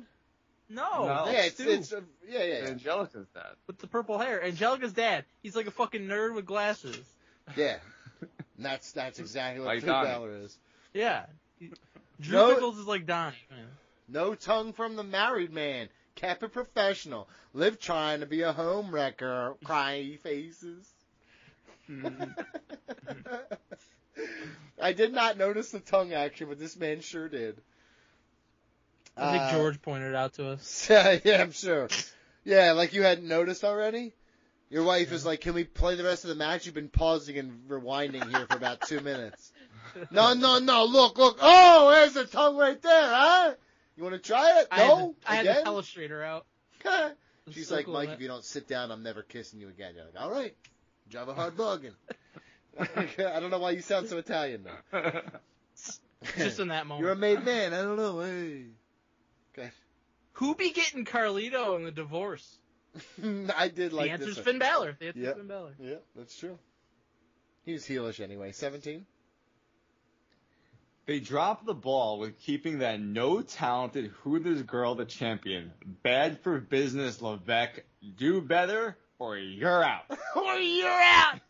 Do better, or you're out! That's gonna be my fucking, every time BJ starts slipping, it's, do better, or you're out! This is Vince's burner that he created to keep tabs. Bad for business, Levesque! That does sound like some message you would text. Holy shit! But he would never. It's demeaning women, so he would do that. No, that's no. Because if she was a no talented Hooters girl, she'd be top dog, staying there for a while. Next one, is it me? Yep. At CM Punk says hashtag UFC didn't work out. AEW didn't work out. Your reality TV star career didn't work out. When did that happen? I'm wondering that myself. And obviously WWE didn't work out. Why don't you meet me in the karate combat so you can try to win something? Hashtag SummerSlam. Hashtag WWE SummerSlam. Hashtag WWE 2K24 times SummerSlam. He's getting it all in. That last Karate one, combat? Hold on a minute. That last one is the dumbest fucking hashtag I've ever seen in my life. Hashtag. It's hashtag WWE2K24X SummerSlam. Who doing that? It almost sounded like this guy was like challenging Punk to a fight. He's like, if you want to fight, you can actually like win. Face me. Yeah, in hashtag karate combat. What the fuck is I don't know, dude. It's fucking pretty killer though, dude. I imagine it's like, although I will say this, CM Punk would definitely get jacked the fuck up in karate combat. He is not good at fighting. No, I know. He talks shit and throws punches. I predicted his losses. Yeah, and they weren't even close, dude. That's like if I'm just like, yeah, drinking a couple Miller High Lifes, I'm like, I could get in there. That's what my fights would look like. Oh, down with Wood again! Please stay down, for the love of God. Number 19. My wife went to high school with Logan Paul, and she had to help him with his French, LOL. Yeah, kissing. Buddy, yeah. I was just gonna say. He was French kissing her cooter. Wasn't helping with no French, brother. I don't know how to break it to you. Yeah, she was on his wee-wee. 20?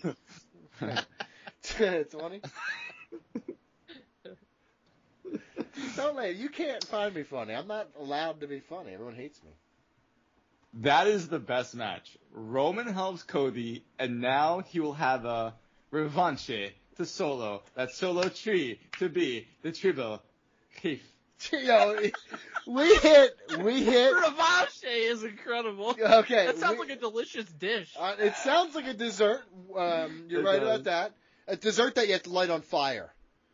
You know what I mean? Like, oh, that's the revanche. Oh, back on. Yeah, we flambe this revanche. He wasted all his good spelling early on and then had a fucking mental meltdown at the end, dude. The Tribal Chief. The Tribal Chief. Unbelievable. 21. This mean Carlos is the leader of Judge Burman Day? Judge Burman? Carlito. Yeah. Carlos. This mean Carlos is the leader of Judge Meeber Day? Judge or Meeber Day. Judge or Meeber Day? Judge or Meeber. Judge or Meeber. It sounds like a robot. You're Judge or Meeber. I'm the Judge or Meeber 3000. Okay. 22, please. That was a great match. All that was missing from this was her screaming for her whole. And I at first I just thought this was about Liv and Rhea for some reason. Naya. It's Naya, yes. Got it. Yep, I got it. Cinema. Crying face emoji. Laughing crying face emoji. Yes, there's hilarious. 10 of them. You little marks are so easily entertained fighting for a dollar store bracelet. These are the people I was talking about. Yeah, well, I mean, maybe get off social media and you don't have to worry about it. They made it on Smart All right, Say. little Mark. That. At least Raw gonna be good, unlike Whackdown. Ooh, whack down. Yeah, Got 'em. That is an all-time burn unit moment right there, dude. Level 2 burns. What do you call that? Stage 2? What is the term for that? Stage 2 burns. What do you call burns when they get to like level 2? Second degree. Second degree. God damn it. Level 2. I got level Stage 2 burn right there. Like it's an accomplishment. Sir, like, I don't think you should be diagnosing me. I got a level 2 burn right here. Yep. I was on my motorcycle and I was drinking and fell asleep on the exhaust pipe. Pretty bad, huh? Yeah, it's a stage 2er. I was a doctor. It's like, you don't know you weren't. Go ahead. Braun needs to fight Braun.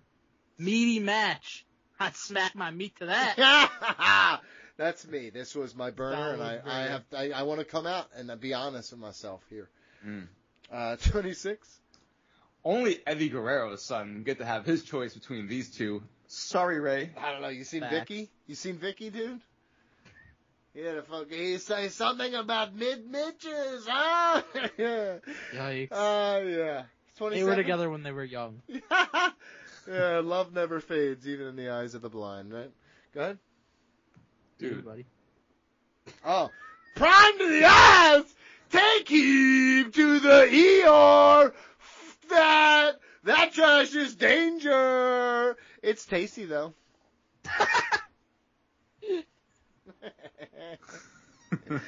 Oh, shit, dude. Took me a second to realize what that was about. Prime. Yeah, Prime. The drink he won't stop shilling. 28. Call him Kurt because he's shilling. Yeah. Laugh my fucking ass off. Your hometown chanting "fuck you" while you wrestle. How sad. How hilariously sad. He has the hair of Thinning Man. MGK looks like a drowned rat. What a fucking mess that bloke is. They have brain cell between the two of them. I like this. This is there's a lot of yelling here, and this works for me on every level. I love the English. I love the English when they start fucking getting a little in their bottles, and they start talking shit. Talking shit. 29. I'm glad I got this one. Roman comeback done. Yell it. So I want Moira to hear it. Oh. Roman comeback done. He can come on my back, smash the puss. Oh, you got quiet at the end. That's sad. That's sad, dude. Man, I live in a neighborhood. I got fucking families. Roman comeback done. He can come on my back, smash the puss. Yeah, it's not. See, look, you fucking false bravado. Sad. You ruined that. What was going to be a great moment of us hearing you yell "smash the puss" as your downstairs neighbor's like, "What?" Or upstairs neighbor's like, "What the fuck happens down there?" Every Tuesday, Martha, he just fucking yells about weird shit. I know for a fact my neighbors say that shit. They're like, "Oh, we know you're doing your show on Tuesdays. We hear you yelling." I'm like, "Oh, do you hear every word?" And my neighbor across the street from New Zealand, he's like, "Mate, I hear you come down the road sometimes, and he's fucking just cursing like a fucking madman." He's like, "He's fucking a madman out there." Because I hang out with him enough to almost perfect it. He hates that I do it so well. He sounds like Rocco. Hey, what's wrong with you? Oh, yeah, you don't like when I do your accent? Well, you shouldn't have a fucking accent, eh? You want to slap the fucking beer out of your damn hand. Yeah, you play rugby, eh? Rugby's a pussy sport. Spout? Spout, because they say sports spout. Spout. So fuck this, all kinds of weird shit, but very nice people. The one country I don't want to offend is New Zealand, because those fucking guys are crazy. Badasses there. Their guys are crazy, you know what I mean? They do that like war dance thing. Like, you're like, oh shit, dude, I'm just playing pickup basketball. He's up, man. And number 30, Pat McAfee makes Mike Adamle look like Gordon Soley. Bring Booker T back to say, we got a new Intercontinental Champion, and his name is Braun fucking Breakers. No bread, no water, just meat. First of all, I don't think Booker would say Braun fucking Breaker. He should say Braun Steiner, but whatever. And also, that's not how Booker says that line. Also, you fucked it up. Yeah. You fucked it up. Yeah. No bread, no water, Just me. All right, your favorite, Mike. Roman comeback done. He can come on my back. Smash the puss. He's got so much more to lose than you, and he's just his whole dick and balls was in that one. Did you hear him? His fucking wife is downstairs holding his child's ears, saying, "Don't listen to him." She's not here. See, told you. Don't listen to I hope Papa. My old neighbors next door didn't hear it though. Yeah, or do you don't wait? I thought you had a single home. Next door, I have a neighborhood. I live on a street with houses. Fuck those pussies, man. That's my property. I say what I want. Just like the New Zealander can hear you. Yeah, yelling? Well, yeah, That's see how it works. I don't know. I thought you were sharing a wall or something like my mom and dad do. No. I used to. I'm right next to that their wall, driveway. plow that shit. My favorite. That is the best match. Roman helps Cody, and now we'll have a revanche. 2 solo, that solo, 3 to be the Triple Chief. Hold on. Maybe this is meant to be read in French. That is the best match. Roman helps Cody. Now it's like Russian. Oh, it's slipping. Now he will have a revanche. 2 solo, the solo, 3 to be the Triple Chief. Now it's like. Oh, that was Indian. getting like Spanish. Yeah, it's good Indian, I think, in the middle there, too. This is weird. It's like, you know what the best part is? I don't see color or country any longer. So I'm like, it's an amalgamation of all the accents in one. Mm-hmm. I'm the advanced one. All right, we done? RingWrestlingRadio@yahoo.com. Send us in your Smarks comments. We will give you a shout out, and it's that easy. But guys, we got to move on. Alright guys, it's that time again, my favorite segment of the week, here with BG, just the two of us, it's Dirt Sheet Busters. BG, how you I'm so hyped for this. Oh yeah, I'm good. Listen, whenever Donnie leaves, I'm excited. I wish he would lead the podcast for all eternity. Permanently. But he loves us too much. That's a fact. We have that effect on him. Yeah. Unfortunately. This is honestly his entire life. But he hates the listeners, which is why he disappears. Yep. Somebody who also hates those who support them are the Dirt Sheets. Oh. Because they lie, despite getting paid money in many instances. And we're going to talk about that right now. We're going to talk about Fightful Select.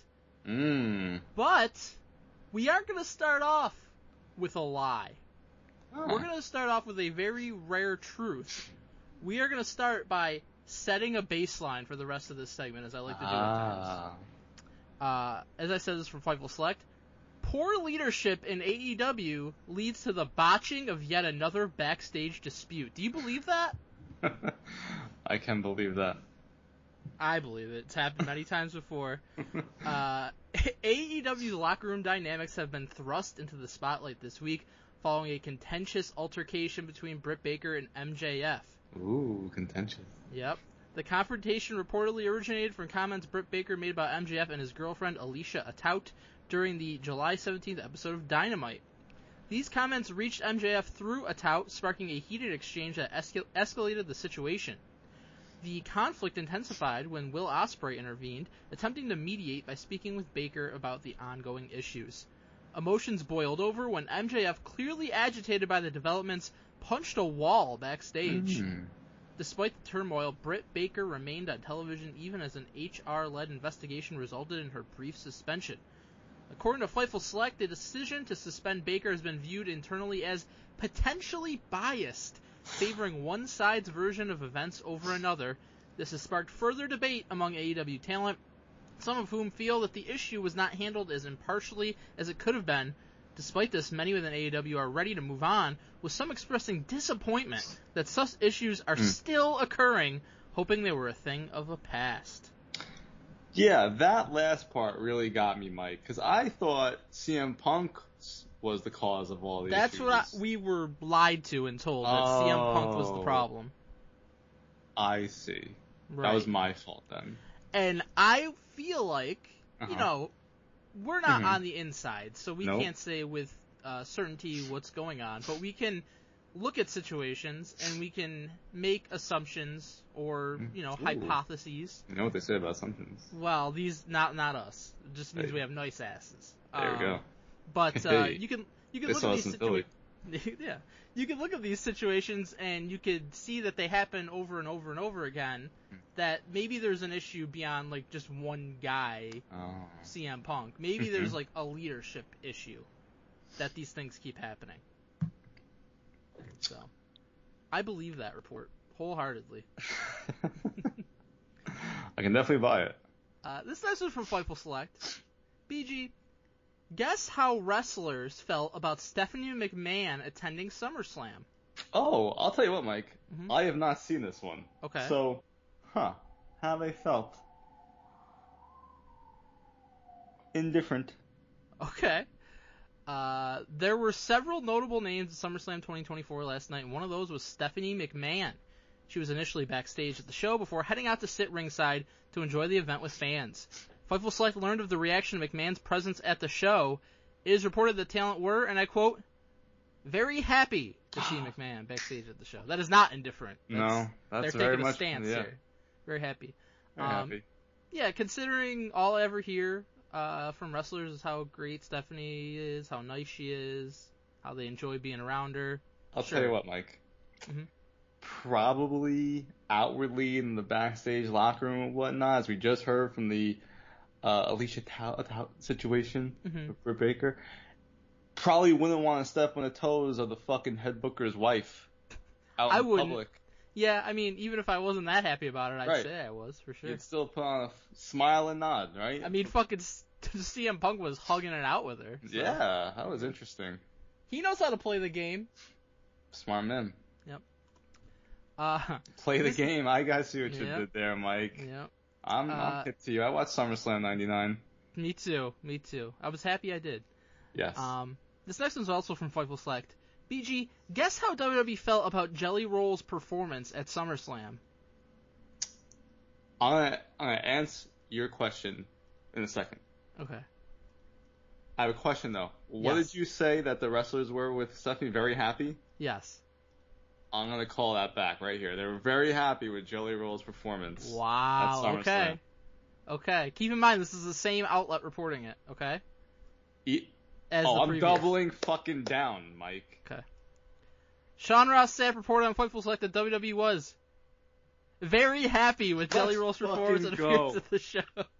You tried to sway me. I was not going to be swayed. Oh, it's a same. No, he doesn't know how to write. He doesn't realize that he wrote the same adjectives.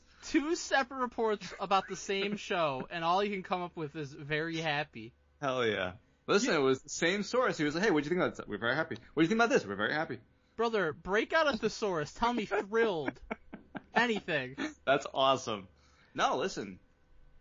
He's saying exactly what it was, Mike. Very happy. Very happy. Very happy about Stephanie. Very happy about Jelly Roll. Very happy about the show. I did not see these reports. I'm very happy with myself. How do you think they felt about Roman Reigns returning? This is an unofficial question. Very happy. Yeah, I agree. Speaking of Roman Reigns, this is from PW Insider. Top Star is back. Roman Reigns and Damian Priest are now baby faces, per our eyes. You don't say. According to Mike Johnson of PW Insider, Roman Reigns and Damian Priest are now listed internally by WWE as baby faces for Friday Night SmackDown and Damian Priest following the events of SummerSlam. It's supposed to say Friday Night SmackDown and Monday Night Raw, and they wrote Friday Night SmackDown and Damian Priest. Damian Priest is such a big fucking babyface now, they renamed Raw Damian Priest. That's crazy. I like that. We've been talking for years about how when the time comes for Roman to, be able to shift back to the babyface role, he's going to be over, like, fucking insane, and it was obviously going to happen, and it did. But they did exactly what we said was going to happen for 2 years. It was like he's going to lose at WrestleMania. Well, essentially 2 years. He's going to lose at WrestleMania. He's going to go away. He's going to come back at SummerSlam as the biggest babyface. 100%. And exactly what happened. With Priest, for months now, they've been teasing and building toward a babyface run to the point where he was getting babyface reactions, and they had him all ready to be a babyface. And as we said, Finn Balor screwed him over, and he became a babyface. So, no shit. Listen, we're hip to the business. I know. You know what? Maybe we're just that good. That's what it is. That damn good. This is from Wrestling Observer. Meltz takes something Triple H said and acts like he's reporting it. Okay, I did see this, and I love it. He's done this many times in his life, his career. Logan Paul was reportedly, and I quote, injured in some form during his match with LA Knight at WWE SummerSlam, according to Dave Meltzer. Okay. Oh, really? According to Dave Meltzer? So, I watched the press conference, the post-show press conference. Mm-hmm. Triple H, when he comes out, he said, everything was great. We only had a couple minor things. Logan Paul got a little bit banged up. Jacob Fatu got a little bit banged up. Mm-hmm. And then after that is when Meltz reports that Logan Paul was injured in some form. After Triple H said he was banged up. It's amazing. He's got those sources, Mike. You can't. I'm very unhappy with this report. You can't mess with Dave Meltzer's sources. You ready for the coup de grace? Hell yeah, double stomach. Turn Fightful Select. BG, I think you know what this is all about. I think my stopwatch must have been broken during SummerSlam. Our favorite reports. Because you can easily get the answers very quickly. Thank you. Anytime you give me specific numbers, I say thank you very much. Sean Ross Sapp reported on Fightful Select that Liv Morgan will be defending her title against Rhea Ripley in a 20-minute contest. That match actually went 15:55. Oof, that's like 25% off. Following this, Sami Zayn will put his championship on the line against Braun Breaker in a 12-minute showdown. That match, 5:40. Not even close. No, that's way off. And by the way, he came out after the fact with another report. Well, of course. That, the match got cut down. Yeah, I'm sure it did. That's really convenient. Yep. Logan Paul will then face LA Knight in a 15-minute match to defend his title. It went 12 minutes. Oh. 12 minutes. That's close. While Bayley is set to battle Nia Jax for 15 minutes as well. Oh. 12:30. Oh, man. The event will also feature a CM Punk and Drew McIntyre's throwdown with Seth Rollins as special guest referee in a match that will last 20 minutes. Oh. 17. Oh. 17. Damian Priest will defend his championship against Gunther in a match that will go for 25 minutes. Oh. 16:40. Ooh. That's the most egregious of all, I think. Oof. During the evening, there will be a 7-minute announcement regarding the SummerSlam attendance as well. I don't have the time for that, but could be right. But based on everything else, I'll say probably wasn't right. Finally, the main event will see Cody Rhodes defending his title against Solo Sikoa in an epic 25-minute battle. Oh, epic! It was in fact a epic 29-minute and 10-second battle. Oh, it went a little long. Yeah, it went a little long. Went overtime. Somehow went long when they were supposed to go 25, but Sami Zayn and Braun Breaker got cut off. They were supposed to go 12. What happened? That's wild, isn't it? Interesting. Mike, I guarantee you, for next month's Bash in Berlin report, if they decide to really do this again, even though they shouldn't, I think the new 15 is going to be 12. 12, because there were so many 12s. There were so many 12s. It's going to be like, it's going to go like 12 to 15 minutes. 12 is 15 in Triple H's WWE. Right. I would suggest not to do this anymore, but they continue to do it. Yeah, I mean, if anything, I would all along have been like, it's going to go like 20, 25 minutes. Or exactly. Give yourself range. 100%. Yeah. 100%. But I think on a few of these, even if you gave himself a range, you would have been wrong. Oh, yeah, they got fucked over. Yep. BG, how do you think we did? Ooh, I'm back, baby girl. All right, BG, we're still riding, me and you. No Donald Wood. Let's ride. That's how we like it. We're going to do fantasy standings. The final fantasy standings for season 37. 37 years of this 37 years. We've been doing this longer than I've been on this earth. It's crazy. It's impressive. It's longevity is what that is. Yep. This came to an end at SummerSlam, and we are going to be starting season 38 immediately. But in last place, 13th with negative 95. Skeeter. Skeeter, do better. Poor Skeeter. He bowed out gracefully when he knew it wasn't going to happen. So, give him credit for that. Somebody that should have quit a long time ago in 12th with 20, Donald Wood. Fuck Donnie. Yep, sucks. I hate him. I'll make sure I let him know that he came in 12th place. Tied for 10th with 25, Jim Del Chapo and George Cruz, arguably our two oldest listeners. Wow. Turl. Tie for 8th with 35. Angel Mesa and BG. How many points? 35. Any Good commentary on this season? What happened? What went wrong? What went wrong? That's a good fucking score. 35? Yeah. Okay. For me. It's better than Donnie, at least. I'll give you that. Oh, yeah. Better than negative 95. It is better than negative 95. In 7th with 57.5, Tyler Cutting and Strutting Sutton. A tie for 5th with 65, Alex Pandolfi and Reggie Gill. Oh, wow. Two great people. One who doesn't really like to talk to us, but still, two great people. I mean, I would say two that really don't like to talk to us, but one that will talk to us. That's true. Well, I think Reggie likes to talk to us. I'm just saying Ring Rust Radio and somebody. Yeah. Not even an asshole. Agreed. And 4th was 67.5, James Dick. Oh. Yep. You really emphasize that dick part. Dick! In 3rd with 105, Stephanie Kordick.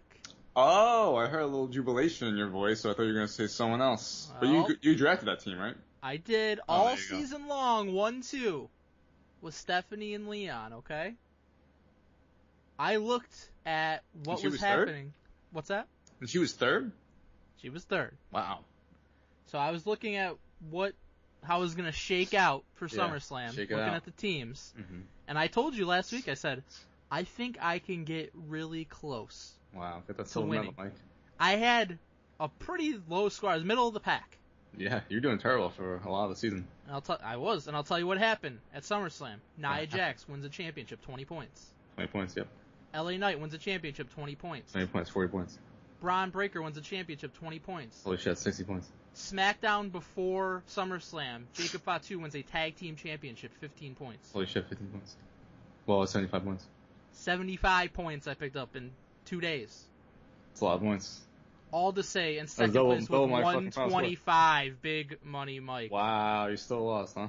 And in first place with 130, Leon CK. I fell 5 points. Wow, short. Mike. I'm blaming Javon Evans for my misfortunes this season. If only they put the fucking tag team championship on the pay-per-view. It still would have been the same. Just because it was a title change. So the title change is the same anywhere. Oh, I think you get a little bonus points for being on the pay-per-view. If it's just a normal match, then yes. But the title change counts the same no matter what. But either way, you know what? I got fucking screwed. I'm going to say wow. My ends at a 4-peat. 4 championships in a row. Leon took me down by 5 points. 4 in a row? You know what? Go fuck yourself. Thanks, man. Congratulations on silver. Thanks, man. Hey, medal's a medal. Medal is a medal. And that medal count.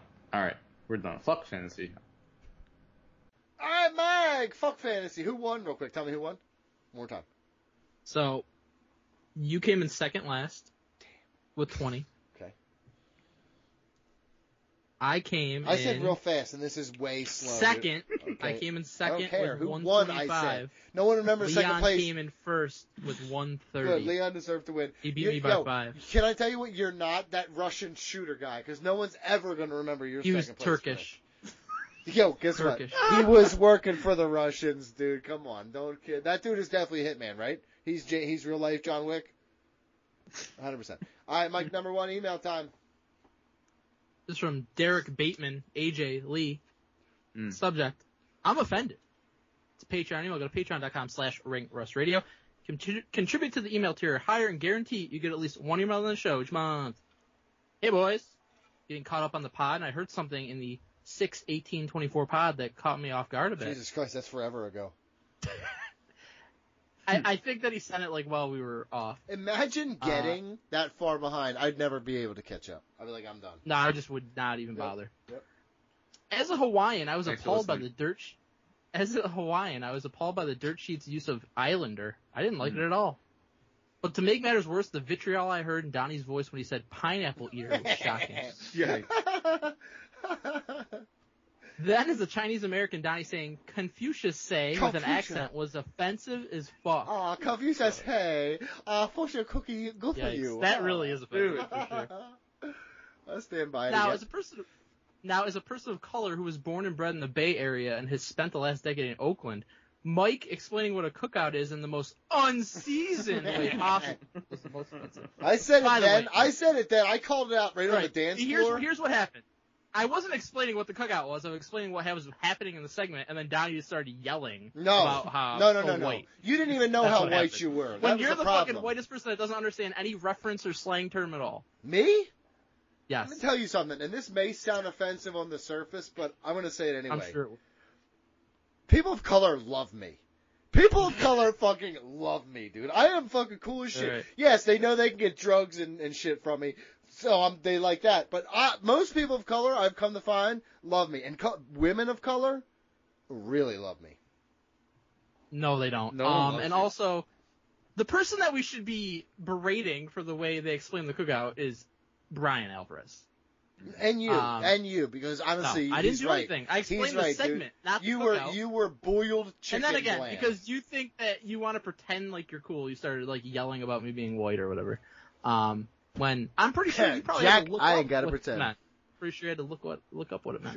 Sure, yeah. Of course I'm joking, not about being Hawaiian or Chinese, but that I was offended. Scout's Honor. Oh, by the way, then he I Wait, didn't is he? include, Hold on, then is he a person of color if he's Hawaiian and Chinese? Yes, I What's know the it's hard color? for Like people- off-white?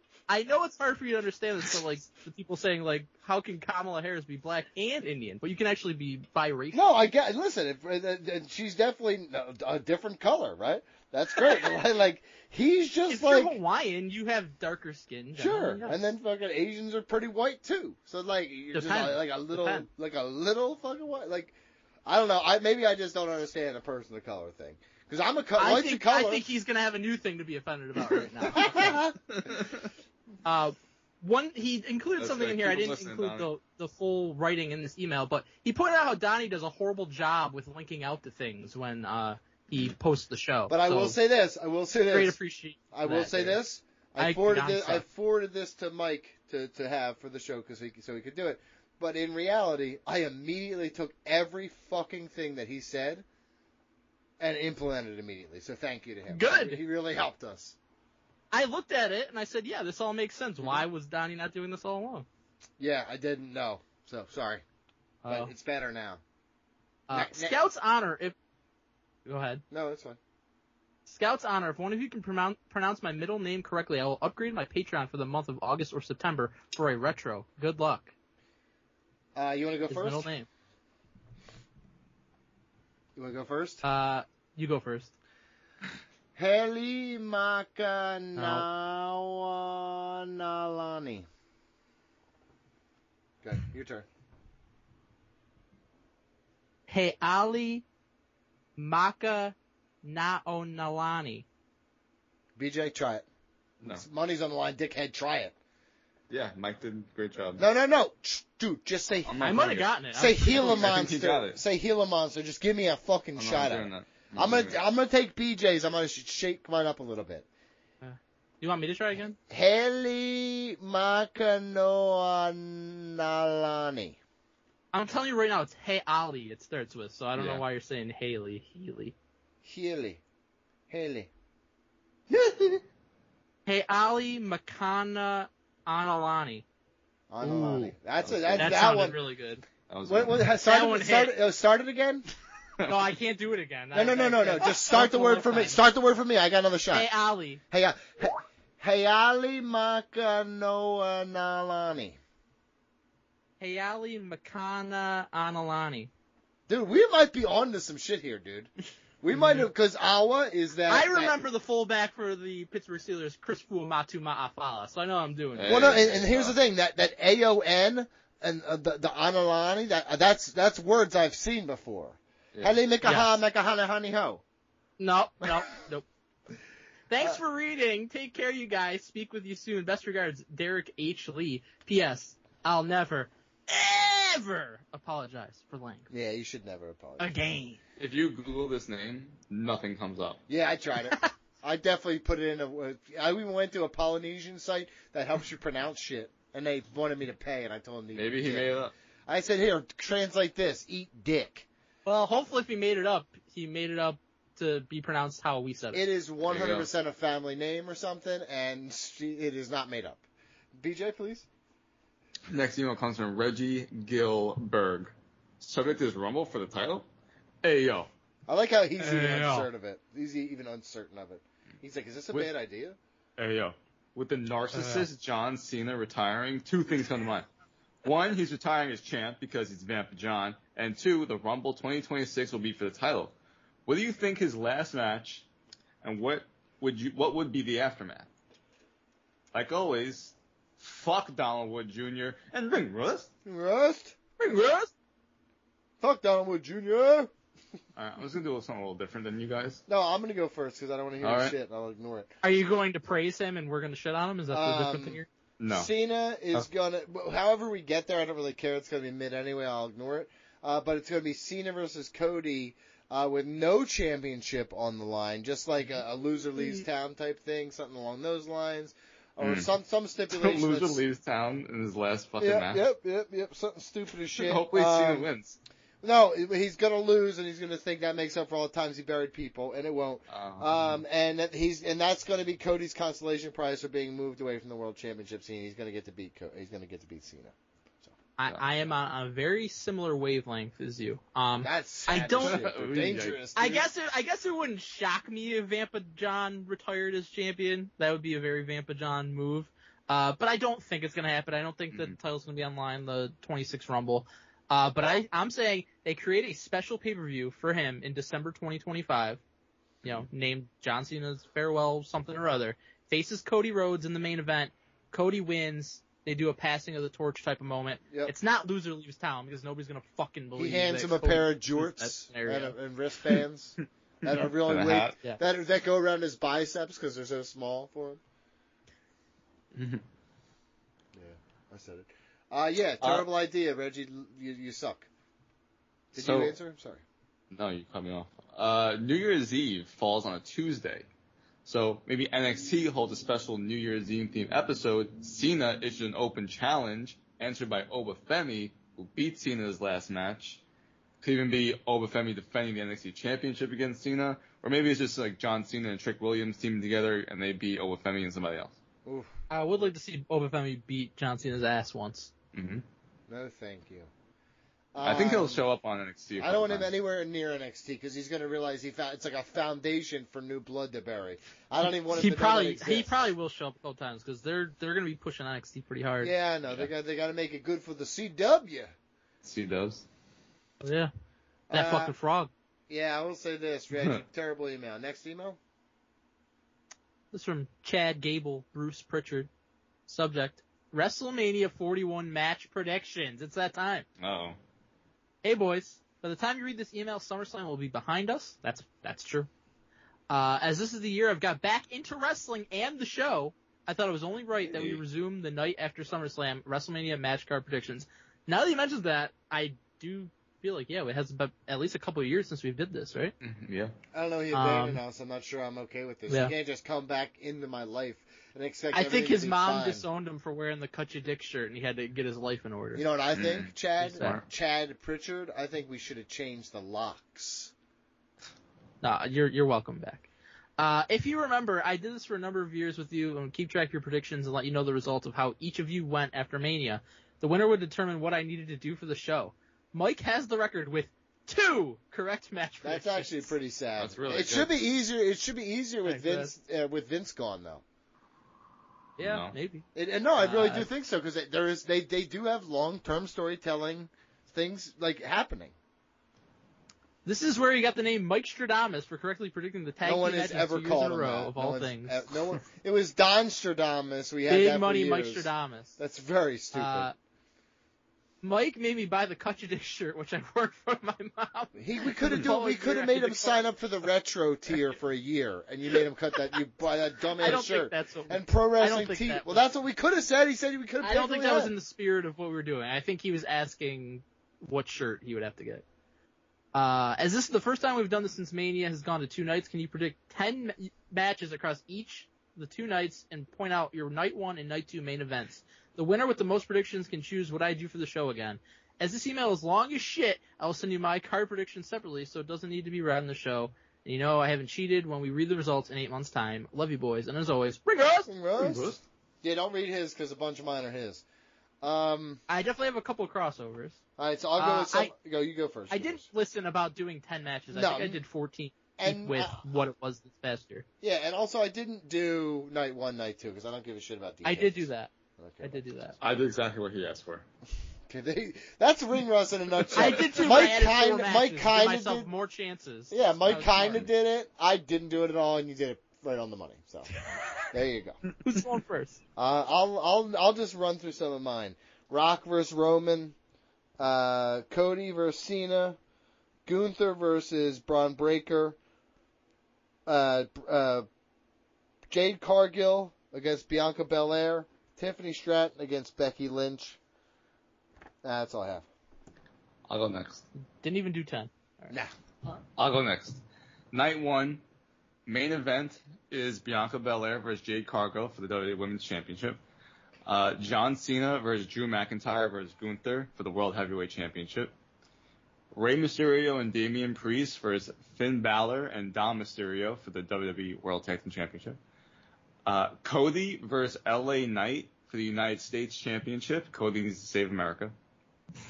From a good American man. I'm assuming that LA Knight probably turns heel in there. Okay. Charlotte Flair. I thought you said American male at first, and I was American just like, male. I just started singing the song, and I was like, oh wait, that's not what he said. Charlotte and Bayley versus Tiffany Stratton and Nia Jax for the Women's Tag Team Championship. Night 2, main event is Roman versus The Rock for the WWE Championship. The Usos, Randy Orton, Kevin Owens, and Sami Zayn versus the Bloodline 2.0. Seth Rollins versus Braun Breaker for the Intercontinental Championship. Rhea versus Io versus Becky versus Liv for the Women's World Championship. Where's CM Punk on anybody's? CM Punk versus Stone Cold Steve Austin, baby. Oh my god, I would cream my pants. Well, they have hinted at that, and I Yep. would be way down for just, that'll put a fire under fucking Punk's ass. There Just you show go. him that 2013 footage. Yep. 2012. Oh yeah, it was for WWE 2K. It was for WWE That's right. 13 though. That's right. Mm-hmm. Yeah, I still So, yeah, watch that Stone every Cold's time, every once in talking- a while. I watched it only 2 weeks ago. I think I've probably watched that More than anything else? No, not more than anything else, but like, I mean I it. have. Like that might be one of my favorite wrestling promos ever. Yeah, I agree. Because it starts We off were, like, we were so hyped for them doing that match. When they showed but that. in that moment when you watch that again, like the tension, it's Yeah. like it's not supposed to be like it's not a tensious moment in like theory, but in like they just seem staring at each other as soon as they sit down. Like it's instantly like there's just like we're in work mode and fucking it's Stone Cold's on another level. I don't think Punk was really ready for it, and then Punk gets into it. He's like, "Oh, you want to talk shit a little bit? That's fine." You They couldn't also hang did a with back. us. They also did a backstage like segment during that time, and Stone Cold's like, "Hey, you want a beer?" Mhm. Yep. Yeah.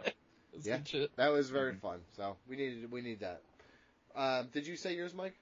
Oh, here's mine. AJ Styles versus Carmelo Hayes. World Tag Team Championship match. Creed Brothers versus Street Profits versus DIY versus New Day. Ladder match for the Women's Intercontinental Championship. Oh. Io Sky versus Naomi versus Lyra Valkyria versus Chelsea Green versus Zelina Vega versus Sonya Deville. Nia Jax versus Tiffany Stratton.